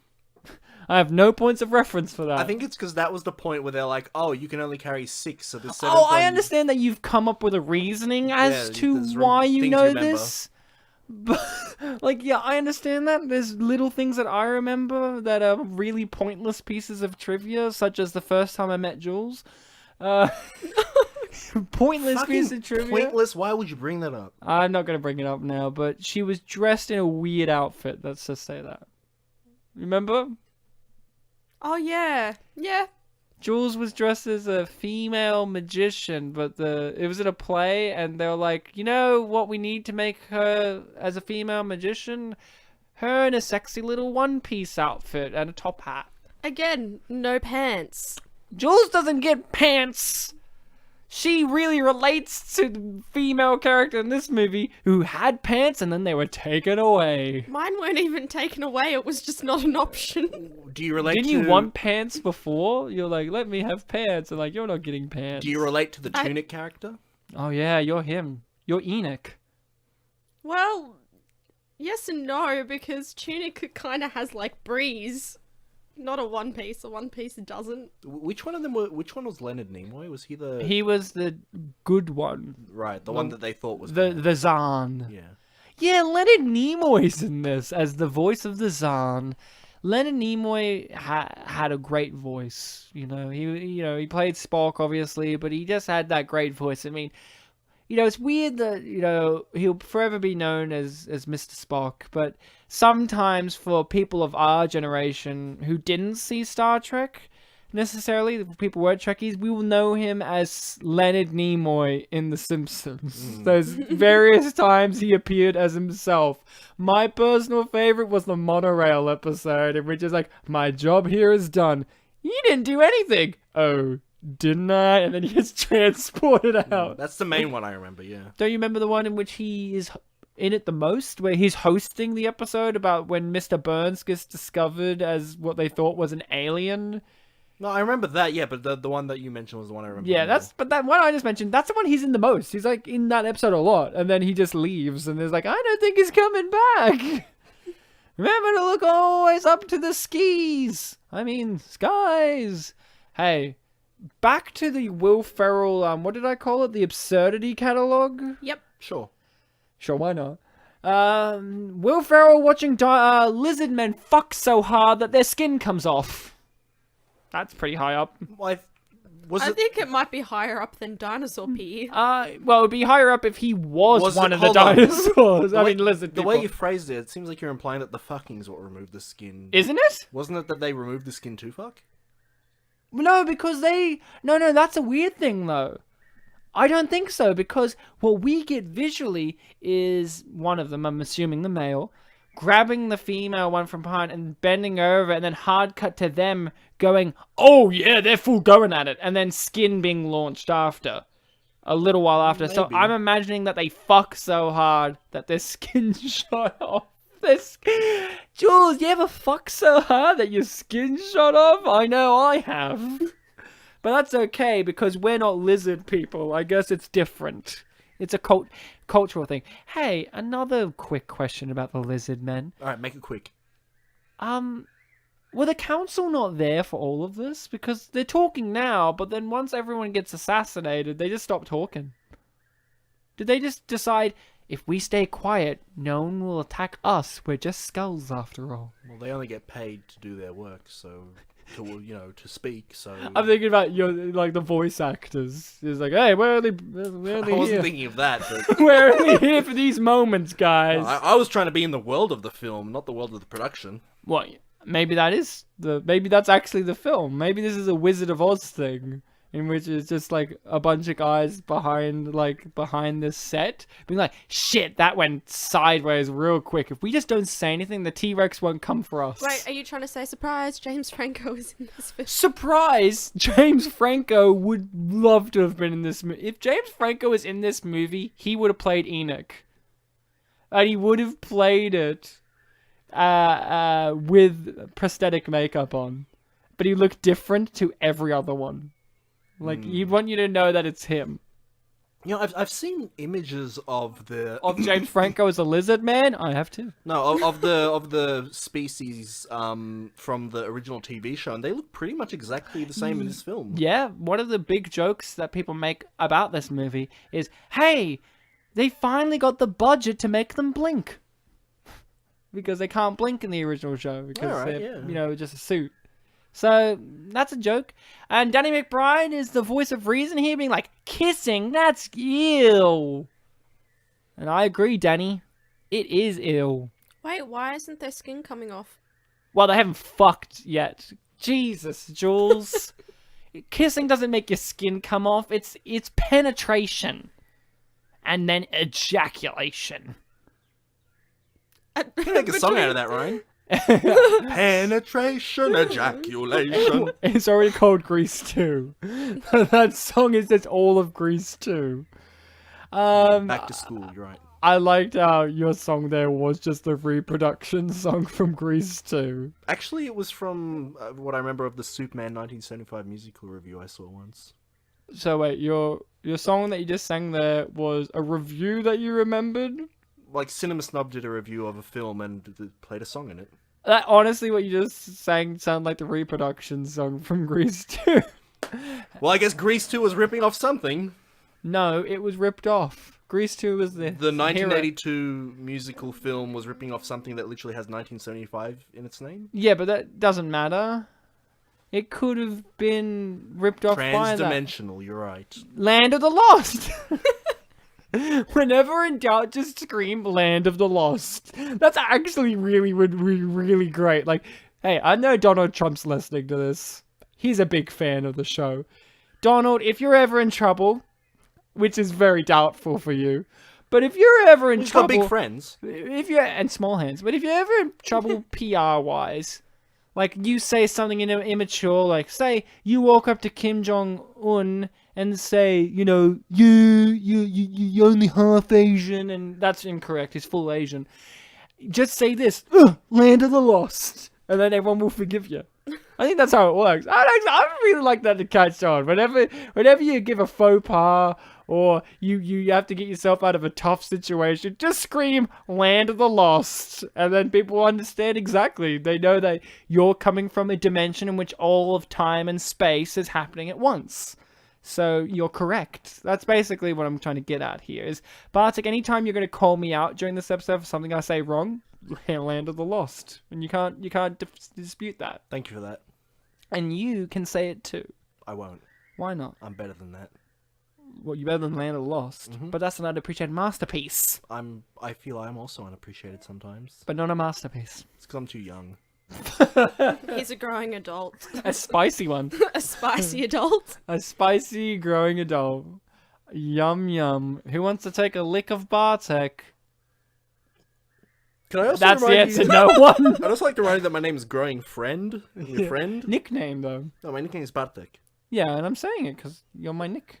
I'm just reminding that And I'm your also... name I just want to remind everyone that I'm also friend. Yeah, do you want to lick your growing friend who's spicy? I mean, if they got a wound, it'd be nice. If they got what? A wound. I'll lick your wounds and just... Wait. Okay, hold on. Jules and I think we're on the same wavelength again. Okay, hold on. I'm trying to do the maths here. They're licking you because they've got a wound. No, they're licking you because you're wounded. So you're saying... You're licking them? Wait, hold on. I said, what person wants to lick their friend Bartek? And you said, yes, only if they have a wound. That doesn't make sense. No, their friend has a wound, is what I meant. But then But why would they be licking you? Why would they be licking you? I'm talking about friends in general, though. Okay, but we're talking about you, though. Okay, well, if you're my friend and I have a wound, then, Now, that makes sense. See, Bartek, the problem was... Jules understands. The problem was I was specifically talking about you, and then you're making it more of a friend thing. Universal thing. Bartek is universal. That's what we're getting at. Transdimensional, actually. Land of the Lost. I'm better than that. Land of the Lost. Land of the Lost. Well, that's you. You can say Land of that. the Lost. Land of the Lost. Lol. That's exactly. We're not talking about video games. Jules is. I bet. She says lol, you do a lol. Like, what is Jules fucking got this. We've been here for like a solid hour and nearly an hour and a half, and we finally got to the lol part of the show where Jules connects the initials as lol. Wow. That's great. You know, I bet that... Wow. That's great. So you're talking about LOL and WoW? WoW is just a word in itself. League of Warcraft? Yeah, that's right. World of Warcraft is WoW, isn't it? Yes. I would have to correct you. Be like, no, WoW is just a word, Bartek. It doesn't stand for anything. And then I hear Duncan Jones in the background being like, it does! I made a movie about it that no one other than the Chinese saw, damn you! Warcraft? Yeah. Well, not World of Warcraft, though. Yeah, but it's a part of the World of Warcraft. So just series. what? Well, it's more like the other way around. Like, World of Warcraft's part of the Warcraft series. Yeah, but it's still a part of it, right? I imagine the movie takes elements from that. I wouldn't know. Exactly, because you are Chinese and you didn't see it. Because they're the only people who saw the Warcraft movie. That's why it's getting a sequel.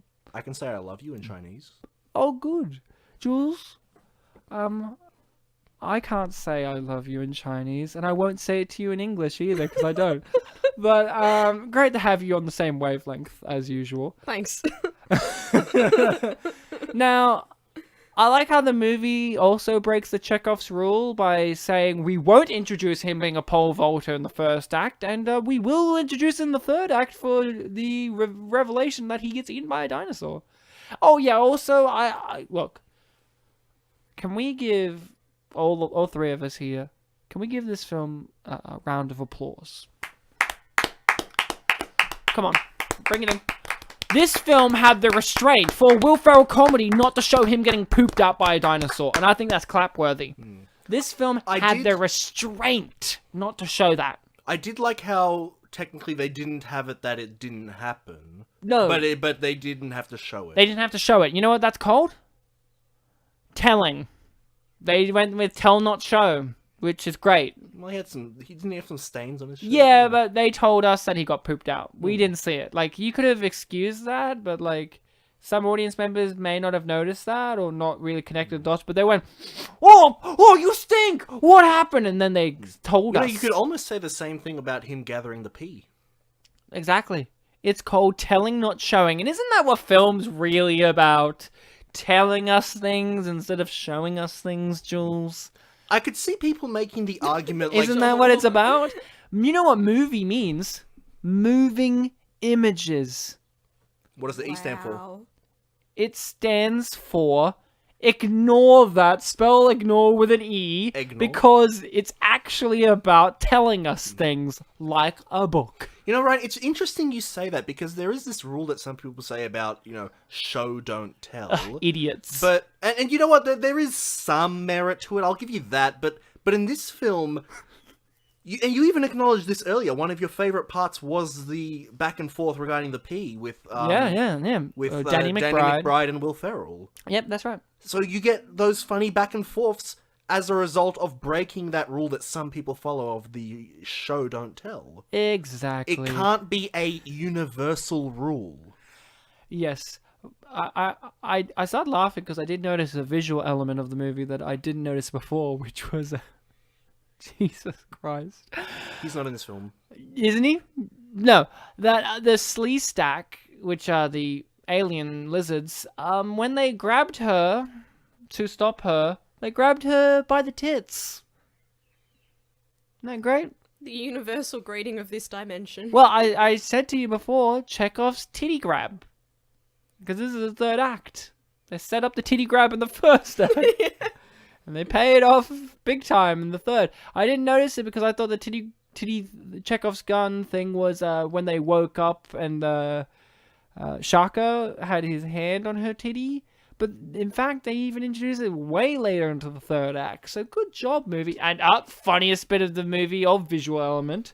Because, like we were saying, telling's important, but sometimes you need a visual element to make a joke. And just seeing Will Ferrell slide off the tail of a dinosaur is hilarious. Because it says to us, could you imagine a live-action version of the Flintstones?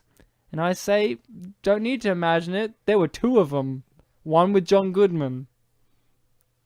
Do you remember those? You could say, John, you're a good man, but I think that's ridiculous. And look, I did read some critics out there, and they made a lot of fun about this sequence here, in which sometimes the CGI elements go through Danny McBride's head, but Ignore them. They're haters. Because, CGI is just there for fun. Doesn't need to look realistic. Because, hey, we don't know if dinosaurs' limbs go through people. We don't know that. We're not scientists. We're movie watchers. Isn't that right, Jules? Yeah, I don't have a PhD at the end of my name. Well, Ryan, I mean, that's weird because half of you is Asian. That's just expected. Right? Oh, Bartek's giving me the stone face. Only half, Ryan. You're the other half with the PH, and Jules got the D. Well, no, I was going to say... Which is weird because I'm the boy one. I was just going to say that, CGI, it's a difficult art. Yes. And all movies have some little minor mistakes like that. I mean, IMDb has a goof section for almost everything. Yeah. Are we really going to say that something's awful because of a goof? No. Starsky and Hutch had 1 million anachronisms, and it's still a great film. Yeah, that's right. And Will Ferrell's in that. As a gay man. He likes dragons. And men. And what Vince Vaughn is wearing. That's right. That was my favourite joke in the movie. What are you wearing? And then he tells him, he's like, wait, why do you want to know? I forgot about that. So, who was your favourite character in this movie, guys? Mine, personally, was Shaka. We haven't talked about him much, but I really like that little guy. He's like a monkey man, and I like men. And monkeys. What, Jules? I can like men. It is. You did mention monkeys earlier, so it fits. It adds up. Yeah. His alibi checks out, guys. He likes monkeys. He mentioned him before. Jules' favorite character? The giant crab. I knew Jules was a big crab fan. She's from Baltimore. Yes. The crabs are famous there, I think. Are they? Well, it's famous for crabs. Hear that, Baltimore? You're famous for crabs. You got crabs all up in your genitals. No, the animal. So, Jules, that's an animal. Genital crabs. Oh, but the food crab. You can eat them. You don't. Well, I'm talking about. I'm sure people have. You can eat anything if you really want. If you try hard enough. If you try hard enough, Bartek, you can eat anything. If that's my lesson to you as a growing adult, you can eat anything if you try hard enough. Growing friend. Well, Jules may not be your friend.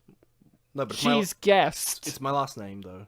Yeah, but she is a growing adult teaching you this as a fellow growing adult. Yes, but I'm growing friend. Yeah, but you're a growing adult who's a friend. No, he's trying to say that he's growing a friend. Oh, ew. This is a little too complicated for my growing mind. Which is really weird, because meanwhile, Bartek is thinking to himself, guys, you idiots, I've got a greenhouse out back of my house in which I'm growing my friends Rhys, Malloy, Oliver, Stefan. He's just like listing off all of his friends that he has, and he's just growing new versions of them to match up with his age. Because they're all... I didn't see on that CPR card elderly. I didn't see how he revived them. I'll grab it out again.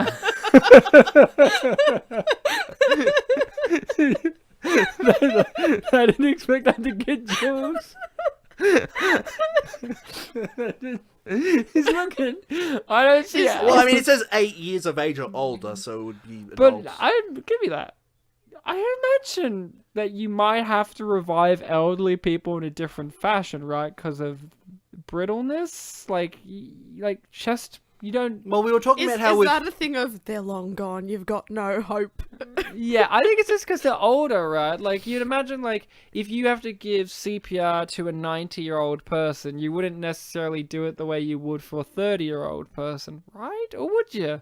Maybe you have to be softer. I don't know. Or will you just go? Ribs broken will work. I think maybe the distinction comes from like what we were talking about earlier when we were talking about infants and like their can't drown. You're right. Elderly people don't drown. You're right. Like maybe it's just because as adults we've all developed in kind of the same way. Like I know what you're saying. Like oh, don't press too hard, you might break their bones or whatever. But fuck them. You're right. That's a good point. I brought this up on the show, and I think you were one of the people that went, I don't know what you're talking about, but it's kind of like, now, Jules, maybe you will, I guess, I don't know. Don't old people remind you of babies? Like, physically? Sometimes? Like, have you ever seen a baby and they kind of look like old people, like with the no teeth? Oh, yeah. And can't it work the same way around where you're like, old people, they remind you of babies?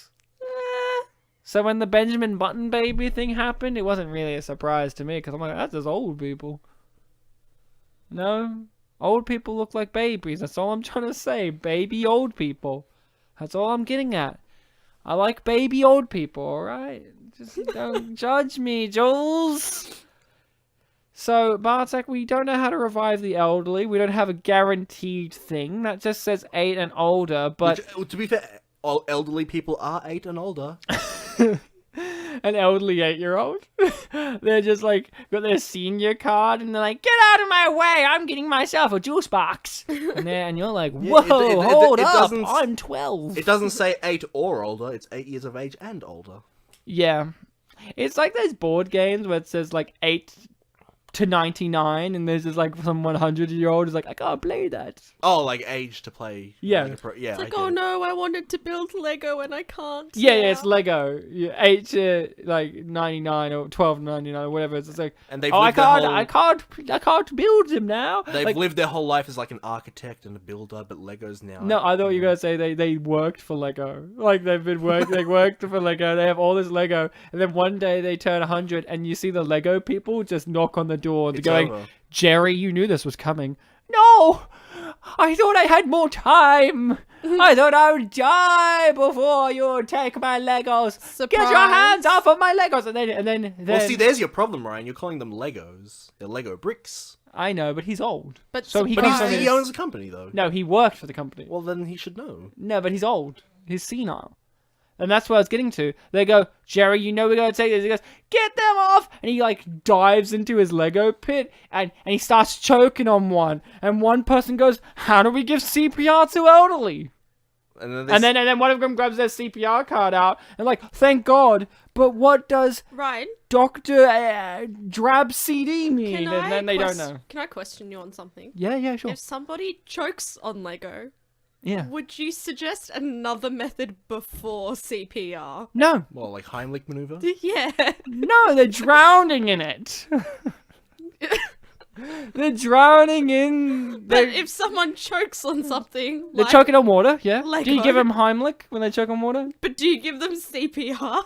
Yeah, maybe. If they've fainted. Right. Right? You know I'm right. So they're like, shit, dog. Like, that's what they say, and one of them's name is Dog. He's like, what? Snoop Dogg, yeah. He's doing the health and safety thing. It's weird because Snoop Dogg owns Lego now. And he's like, what's up, my nizzle? And they're like, he's drowning in Legos. How do we apply CPR? And he's like, dog, you gotta apply Heimlich first. It's like, are you Jewish now? It's like, oh, yeah. Heimlich maneuver. And, he's like, yeah, apply that, schnizzle, and then they do that, and Jules is right, but then, oh, he's still not awake. Do we breathe on him? I don't know. Is that how Heimlich works? Just on him. And then Snoop Dogg goes home fuming. He's like, why did he call me schnizzle? Is that how Heimlich works? No, now we apply CPR. How do we do it early? Like you do for 8 years and older, and then they just concave his chest in and he dies. And that's Land of the Lost. Bartek... If you had to give Land of the Lost your favorite character, who was it? There is always a place in everyone's heart for the side characters. The ones that you see, not the most, but that stand out the most to you. I think that this film did a great job with its lead character, Dr. Rick Marshall. Yippee. I feel like he was well developed. He started off as a man who... was not respected, considered a fool. Yeah. Many people in life were considered fools, Ryan. Exactly. Have you ever seen that film with the fighting boy? Which one? The one called Thunderpants? Oh, I thought you were talking about Swiss Army Man there. The other one with the Harry Potter... the other one with the Harry Potter guy that farts? In that film... Yeah, Thunderpants. They called him a fool for thinking that he could power machines with farts. But what happened in the end? Machines were powered with farts like 3 times. Well, in all fairness, though, if I have to call you up on the Thunderpants mythology there... It's been a while for me. They called Alan A. Allen a fool for thinking that they could use the boys' farts for powering up the thing. They didn't call Patrick Smash a fool. No, I was talking about Alan. Okay, cool. Yeah. You made it sound like the boy whose farts. No, the film was about the boy who farts. Okay, I wanted to clarify that, because there was someone out there, I'm not going to name his name, He knows who he is. The actor who played Patrick Smash. Bruce Cook? He's listening, saying, "That's not how my ass worked." Great Smash on impression of him. You might say Patrick Smash. He's sitting there thinking, that's not what it was about, and I had to clarify there, because I didn't want us to be wrong on this. Yeah. I wasn't talking about specific characters, I was just saying that there was a character in that film. His name was Alan A. Allen, played by Rupert Grint. Yes, you're right. Good choice with Will Ferrell.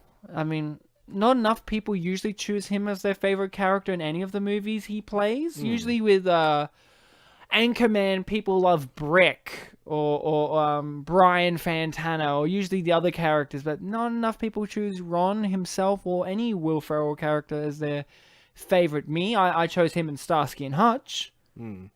So, you know, but good on you. You chose him as a main character, and I think you're going to get an email from Will, because he's listening to this too, saying thank you.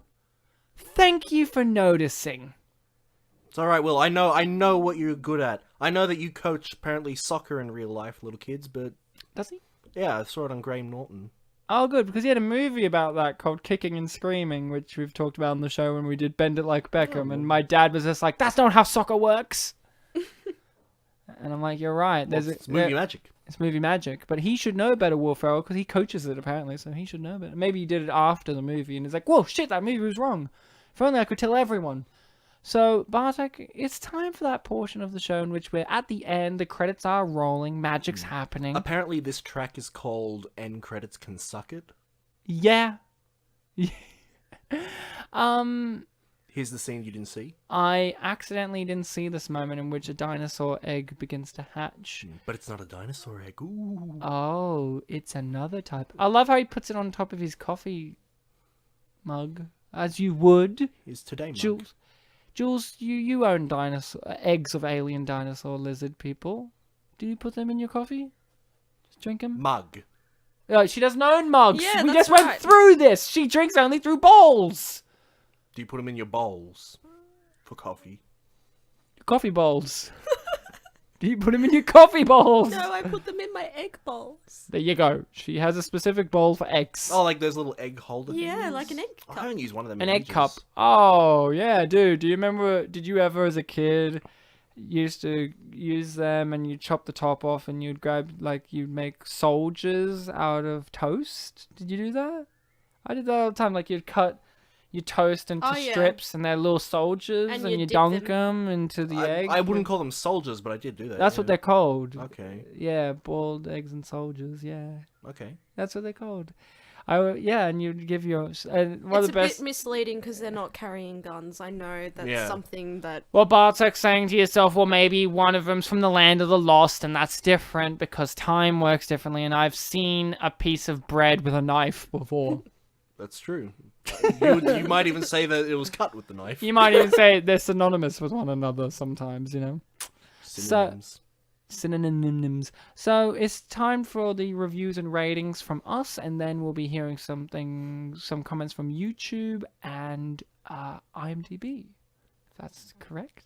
I'm looking at Bartek's wallet. I'm sorry. I'm so sorry, people. I'm going to review, but I'm looking at Bartek's wallet, and he has like these little... It's a very old wallet. These little cards in here, and their phone numbers for like Dad's mobile and Dad's home, and then there's other ones folded in there, but they're all really bright, colorful cards. Well, they're not cards. They're sticky notes. Oh, so they're stuck to one another.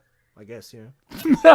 so it's completely useless because when you rip it off, you'll be ripping off Bartek's number because I don't know whose number that is. It just says Bartek and then something underneath it. I don't recognize that name. I only recognize Growing Friend. Hey, I already told you my nickname. Yeah, but she doesn't recognize it. She doesn't acknowledge it. So here's what I have to say. Land of the Lost was a roller coaster ride of an experience. Many people have not seen it. It's an average rated movie on IMDb. It's a 5.1.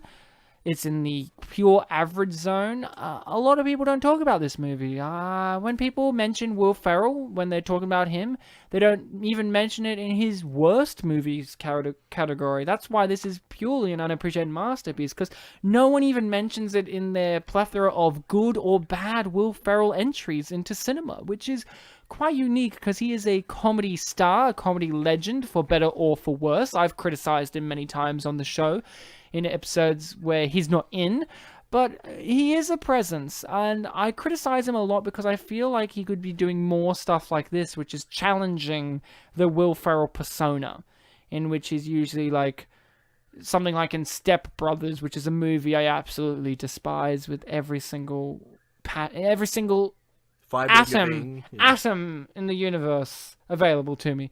I hate that movie more than I hate Big Daddy with Adam Sandler. And that's saying quite a lot, because I hate that movie too. I know, come at me. But this movie here, I liked. And I dare say, not dare, I will say, loved. If I had to give this movie a rating, which I do have to, what's so funny, Jules? I have to give this movie a rating, which I do have to. I would have to give this movie a good, solid Danny McBride out of Danny McGroom. Yeah. Cool. I went there. Usually I try and relate it to something I did in the episode, but this time I went a little bit different. Well, it's Danny McBride's in the episode. He's in the episode. It would be weird if I said a John Lovitz out of John Leavitz. You mentioned John Goodman, so yeah. That's not John Lovitz. Yeah. Bartek, I'd love to hear from you. Well, then you shall. Okay. Okay, Jules, rating and review from you? Bartek, let's hear from you.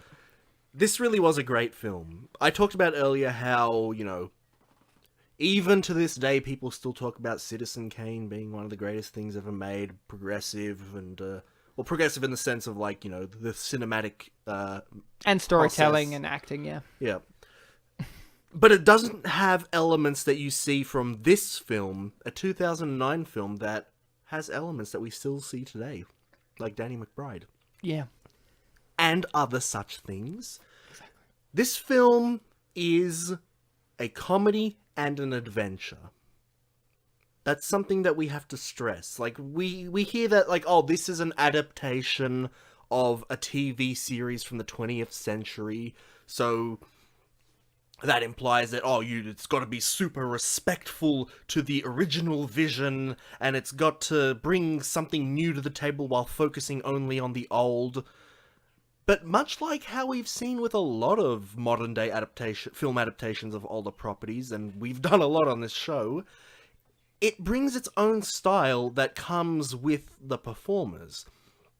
We all know what Will Ferrell's type of performance is, and maybe not the two of us, but we have an idea of what the Danny McBride, three of us, sorry, the Danny McBride performance style is, even though he has appeared in a lot more things than we may be aware of. Oeuvre. His Danny McBride's oeuvre. Oeuvre? Yeah. That seemed more professional for him. He's an oeuvre type of guy. Groovera. Yep, that's right. Yep. It's weird. We've had him on the show quite a few times now. Danny McBride? Yeah. I thought it was only twice. It was his, third time. It's a lot. I've only thought of this and Your Highness. Don't forget, Drillbit Taylor. That's right, he was in Drillbit Taylor. See, Danny McBride, he sneaks up on you. Well, like I said before, you're sitting here just I'm just going to be watching a movie. Oh, Danny McBride. That's his oeuvre. And he sneaks up on you. And even Ryan, you've been experiencing something in the past couple of weeks that he's been in. Yeah, life. GTA 5. He plays a radio host in that. Oh, a lot of people play radio hosts, surprisingly. Yeah, especially in San that- Andreas and yeah. GTA 5. Iggy Pop's one in one of them, and Same- all he does is just play fucking Stooges. That's all he does. Same as Carla Delevingne. Oh, is she? Yeah. In GTA? Yeah. One of the radio hosts. I'm one of those guys who just turns the radio off in GTA because I don't need to hear. I love the talk show hosts. The talk shows. I just don't. Is he one of the talk show hosts? Yeah, and he's in GTA 5. He's on the radio station that you can only hear when you're in the country. Ah, that makes sense because he's redneck. So you were saying the oeuvre of the actors really... you said that word. Yes, but it's what you're basically saying. It applies to what you're saying. The impressions that the actors themselves bring to their performance style impresses upon the film itself. It builds upon the franchise. It gives you something new. I could literally... This review that I'm giving could literally be applied to any of the other ones that I've done for the modern day film adaptations. Like last week, Dukes of Hazzard, Starsky and Hutch, Bewitched, all of them. I'm worried that we're going to run out of them one day. The film adaptations of TV shows. I think Hollywood needs to start pushing more of them out. I'm worried that we're going to run out. That could be true. I mean, I could understand the opinion that we don't necessarily need them. Because, you know, it's film. You can make a thing about anything. Yeah. That you can just make a completely original product, or you can make an adaptation. But the problem comes when you attach stigmas to them. Like, we've done so many, and there are things that are commonalities, like even meta things, like, oh, I can't find quiz questions for these adaptation films. Or Will Ferrell's in two of them. Will Ferrell's in two of them, both as major leads, basically. Yeah. Look, the point that I'm trying to make is just stop being dicks to films that you don't think are great or that have these certain stigmas to them. Just give them a fucking chance. Whoa. Let them be... Language. Where did he pick that up from? I don't know. Let them be as... Well, he said fuck in the film once. And he's a grown adult now, he could say it. Oh yeah, not a growing child. Well, that's next week. That's next week. But your CPR card says. Okay. This film is great. There are many films out there that are great, and all you have to do is see them.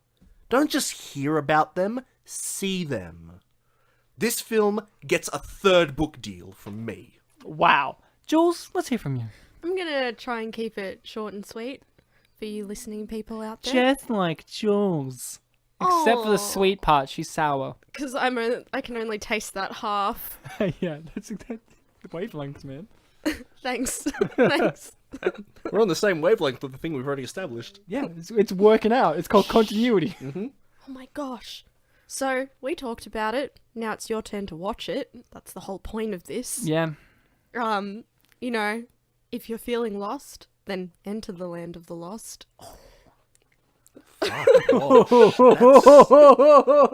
She's on fire with this. If you don't like pterodactyls like I don't, then there's lots of things out there in this film for you. There's dinosaurs and monkeys and crabs, even lizard people. It's great. Now you said crabs plural. Is that... Crab, just one. Okay, good. Just one. She doesn't want to mislead you. You don't want too much of a good thing. I mean, there was a giant lemon slice as well, which we never got explained where that came from, but that we know of. Yeah. You don't like dinosaurs? There's an astronaut. There's something for everyone in this film, and all you need to do, like Bartek said, is give it a go. Just do it. I don't think I can watch something that doesn't have Matt Lauer in it, though. Yeah, you're right. And suck it. If you had to give this a rating?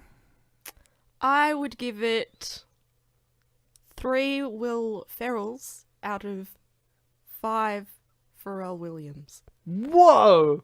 That's really good because Pharrell Williams is very much a lower grade quality than a Will Ferrell. So one Will Ferrell adds up to like 2 Pharrell Williams. So that's like 3. Sorry, so it's 3, 6, 9 out of 5. Yeah. Wow. That's really good. That's almost 200%. That's really good. So Bartek has some comments from YouTube and a review from IMDb. Let's hear from that. I'm glad you said that because I was going to say review from iTunes and that would have been wrong. I mean, I'd love if you went to iTunes and found a Land of the Lost podcast and just read a review of that. But go on. The first comment that I have from YouTube is the only one that I gathered that has responses. The initial comment is, one of my favourite movies. The first response is, seriously? The original poster response, faux real? The next response is, I love it too! And the final response is, mine too. I really hate myself right now. A lot of emotions. Yeah, it was a roller coaster ride. Yeah. But now we get to the second comment, and Good stuff. the thing with this time of me gathering comments was I had to go to a couple of different trailer videos because none of them had a lot to them. So that was the one, the responses and the comment that I just read there was from the first one that I could find. This next one, not to make fun of it, but this was from an Italian version of the trailer. Oh, good. So I had to Google Translate. You should have just given it to me. Apparently, I can speak Italian. But can I read it, though? That's a question. Yeah, I had to Google Translate. Sorry, I only get the sweet parts of Italian. Italy. Yeah. I only the next two comments I Google translated. So, and it's not to make fun of like, the tenses, because they didn't make it in like bad English or anything like that, but just to get some more opinions out there that we can understand. So the first one is, come on, do not overdo it. You've seen worse. I saw this film by chance, one Saturday night when I had nothing to do. The evening flew, you laugh and go to bed quiet. A simple comic and cute film. I recommend it to those who want to spend a quiet evening making a few laughs. Do not be fooled by the trailer, that is worth it. The film is better. You know what? I was really expecting that to be jumbled garbage when you were leading up, but the only thing I think I would replace, to be honest, is the word making with having. That's it. I think that actually pretty much made a lot of sense for a YouTube comment, especially. That's actually more coherent than English YouTube comments. The next one's shorter and a little bit more Englishy, but... Englishy? Well, Englishy, yeah. Oh, okay. Hear that, Jules? It's more Englishy. Yes. It's... Go on. More of the English type is what I mean, what I mean? Yes. Can English good? Yes. Okay. Go on. The comment is, do not break the balls if it is not faithful to the show or other similar crap. It made me laugh, and in brackets, because yes, this was the idea of the director. Yeah, that one did have a lot more English. Thank you for that, Mr. Italiano. And those are the two Italian comments. I've just got two more YouTube comments from other videos. Thanking you. Wait, can you clarify? Was that 2 or 4? You had 2 on both hands. Yeah, Bartek. Explain your visual reference to the listening listeners. people that Jules had to point out. I'm so sorry. Well, 2 hands, both showing 2, so 2 is the common motif, you see. Ah, yes, I get it. Thanks. The next comment is, bad chucker bad. Movie was too funny. It also had some stupid parts, but other parts were entertaining. Thank you. Just thank you, man. Yep. And the last... Or girl, don't want to judge. Yep. And the last comment is... OMG!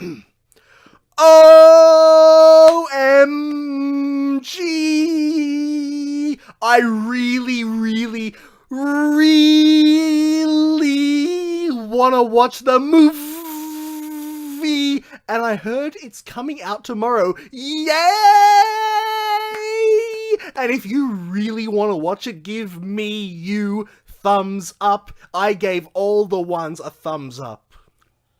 And they never commented on YouTube again to tell us if they saw it. And they didn't that because they didn't get CPR in time? They didn't get a They thumbs were up. elderly, we didn't know how. I haven't recorded it, but I don't think they got any thumbs up either. Hey, how do you give CPR to a baby in the womb? Like one that's... is it same for baby? Because that said 1 or younger, so I guess it counts. Well, you got to do a cesarean and then some other stuff happens. Or maybe you just push on the belly of the mum. And she's like, stop it. For some reason, that really sounded like you doing your mum. Stop What? it. Just, you had a little bit of an accent to that mum there. It just makes me think of you, Okay. your mum, who has an accent, obviously. It's not that thick. I like how your thick version of an accent for you was just you going, stop it. I wasn't doing a thick accent. But that's what I'm saying. Like, you're saying your mum's accent is thicker? I'm saying my mum doesn't have that thick of an accent. But you just said that you weren't doing an accent. That's what I'm saying. Like, your equivalent of thinking that you were doing a thick accent was going, stop it. Yeah, I was just doing a little stop it. This made me think of your mum saying it like to you. Stop it, Bartek. Don't do that. Don't touch my elephants. Bartek... Or the Marys. Bartek has, like, 9 million elephants in his house. Like, pictures, statues, everything. And then he has, like, 9 Virgin Marys. And one in his room. And I was saying, like... There's actually 2 in my room. 2 in his room. And I'm like, that's a lot of Virgin Marys. You're like, is it? I'm like, how many do I have in my house? None. I just want to know, is one riding an elephant? No, and one is not an elephant that just looks like the Virgin Mary. That's one of them's Ganesh. I would love if you have one of Ganesh, but then the one next to it is the Virgin Mary, but as an elephant. Could you get that for me? Just for me, though. Like, well, I mean, my mum would probably take it, right? She would come to my house and be like, I heard you had this wicked Ganesh elephant Virgin Mary thing. Give it to me. And I'm like, no. And then she'd be like, oh, okay. And walk away. So, Stop it. Let's hear more. Stop it. So what we've got left is the IMDb review. I'm tense. I am too. I don't really remember much about it, but I probably will when I read it. Oh, brother. The title of this review is... This film belongs to Jurassic Park franchise. Oh. It is from the 25th of August, 2013, but I wrote 213. Ah, that favorite year of mine, 213. Don't you remember when we were all in the year 213? That's the 3rd century. That was a dimension ago. That was a dimension ago, yeah. Yes, because dimension's a period of time. For Jules, she's from a different dimension. That's how they measure time there. Don't judge Jules. Ryan, when we started this show, I thought we agreed no interdimensional guests. I never confirmed that. You led me to believe that was the case. I'm sorry. Implications. Sorry. Now, you better hurry up or Jules and I will touch and become Kojima. We're going to give you a really fucking long, boring story about how government bad, but big robots good. The review that is titled This Film Belongs to Jurassic Park franchise is a 5 out of 10. Oh, just like the IMDb rating for the movie. Just about, yeah. Wow. And it begins with the classic warning spoilers. So guys, if you haven't seen this movie or you haven't heard anything about it, spoilers, okay? We don't want you to get spoiled about Land of the Lost. Or you've just caught us now. Or if you've just tuned in now, you've missed the other hour and 40 minutes of the show. Just spoilers, okay? And I'll just point out that they spell Will Ferrell with 1 L in the last name. Oh, that's okay. So it's like I'll still say Ferrell, but just so you know. Will Ferrell is one funny guy. I like him, having seen his films like Talladega Nights and Anchorman made me interested in him more, but when this came out, to me, 2 things ran through my mind to the Transformers or Jurassic Park. Can't really compare this to Transformers because it's a film about dinosaurs and fits into Steven Spielberg film series completely, comma. The only difference is that it's extremely vulgar and a spoof based on the television series of 1970s with the same name. Land of the Lost 2009 is a mindless film, nothing much, full stop. Catch a breath. Catch that breath. Gotta catch them all. I do believe in the 8th episode of Pokemon, he caught a breath. He probably caught something. That sounds dirty, but... Is there an episode of Pokemon where he doesn't catch things? Like most of them. Isn't it like he catches things in most episodes? No, most episodes feature a different Pokemon, but he doesn't catch them all. Well, isn't that... Whoa, he doesn't catch them all? Isn't that his goal? Yeah, which is ironic, isn't it? I don't watch Pokemon now. I don't remember. I just remember Team Rocket being awesome. And then when I rewatched it, they are still awesome. Go on. Starting Will Ferrell, Danny McBride, and Anna Friel, LOTL 2009 is about Dr. Rick... LOTL, what is it? Lord of the... Land of the Lost. Land of the Lost. Oh, Jules, your LOL doesn't work. There is a T in there, I'm afraid. Lottle. Well, some people leave out the in abbreviation, so that's Ooh, alright. you're back on board, Jules. But then I could also... But LOL is more considered League of Legends. But would you consider the O for of in abbreviation? Well, but then it'll just be LL. Lil. Yeah. Lil. I'll start this again. Starting Will Ferrell, Danny McBride, and Anna Friel, LOTL 2009 is about Dr. Rick Marshall, a time travel-obsessed scientist and author who one day takes over Hollywood Cantle and Will Stanton into an alternate universe filled with dinosaurs and other crazy creatures, including the ridiculous Chaka. It goes on to a next paragraph, but there's no full stop. This film is filled with profanity and practical jokes by Will Ferrell and Janie McBride, who reminds me of John C. Reilly. The rest cast have nothing much to do, like John Boylan, who played a crazy lizard villain, Enoch. Matt Lauer appears as himself as Rick Marshall, gives him a book titled Matt Lauer Can Suck It. It's one weird cast and script. A lot of people will find this film disgusting because of the content. Yeah. Full stop. Yeah, I find that disgusting. I suggest do not let your kids see this film. It's for adults only. I don't know why Will Ferrell keeps making these types of films. It is entertaining for sure, but if you watch it the second time, it becomes boring. Overall, Land of the Lost 2009 belongs to in Jurassic Park franchise. My rating is 5 out of 10. It's a one-time watch for Will Ferrell fans and adult comedy lovers. Thank you. And that's why it belongs to Jurassic Park franchise. Thank you, Jurassic Park franchise. You could really be using Will Ferrell in your franchise series at the moment. So, Jules, as always, a pleasure to have you on the show. Bartek's cough, a pleasure to have you back. Welcome. Friend as well. Spicy friend. Spicy friend. If you want to be a spicy friend, make sure to share us around. You know, we're Spit and Polish Presents. We're on the iTunes. We're on the Spotify, the Google Play, YouTube, various other hosting platforms and sites. Podbean, Stitcher, all of those. If you want to be the spiciest of friends, give us a rating on iTunes or any of the sites that allow ratings that you're listening through this on. Give us a good old rating and review so more people can hear about us and spread us the joy around. If you want to be the spiciest of Lord of Spice friends, send us a Vindaloo. I was just going to say, you're already that because you're at this point in the episode listening. Good on you. You're a champ. And if you have any spare Vindaloos, please shove him in Bartek's mouth. Yes. He's been gagging for it all episode. Look, he's a growing adult. He needs his spice. He needs his spicy. If you're Sean Spicer listening to this, you're already spicy enough. Stop it.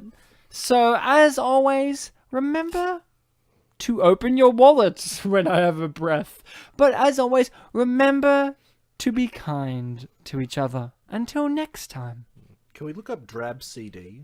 No. But we were talking about how professional we are with CPR, and we don't know what the abbreviation stands for. You know what? I think you're right. You know, we've got to look up what Bartek wants to know, which is I think Drab CD. Now, you've at no point really explained properly the thing of Drab CD. So that's on your card, right? Yeah.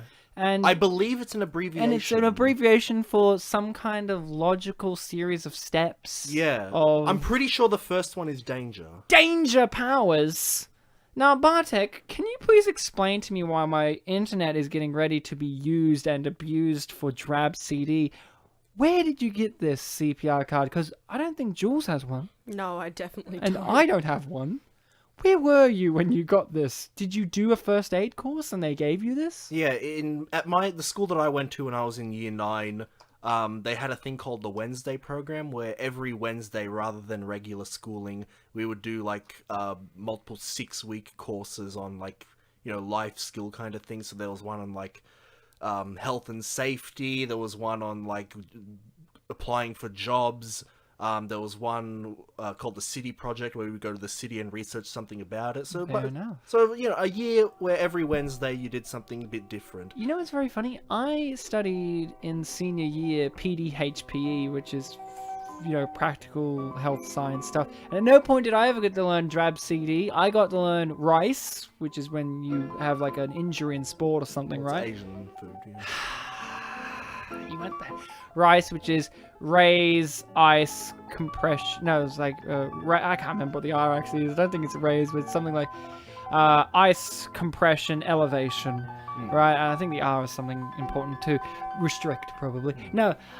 Drab CD for those still listening, and we will end the episode with this. If you ever in need of CPR, remember: danger, response, airway, breathing, circulation.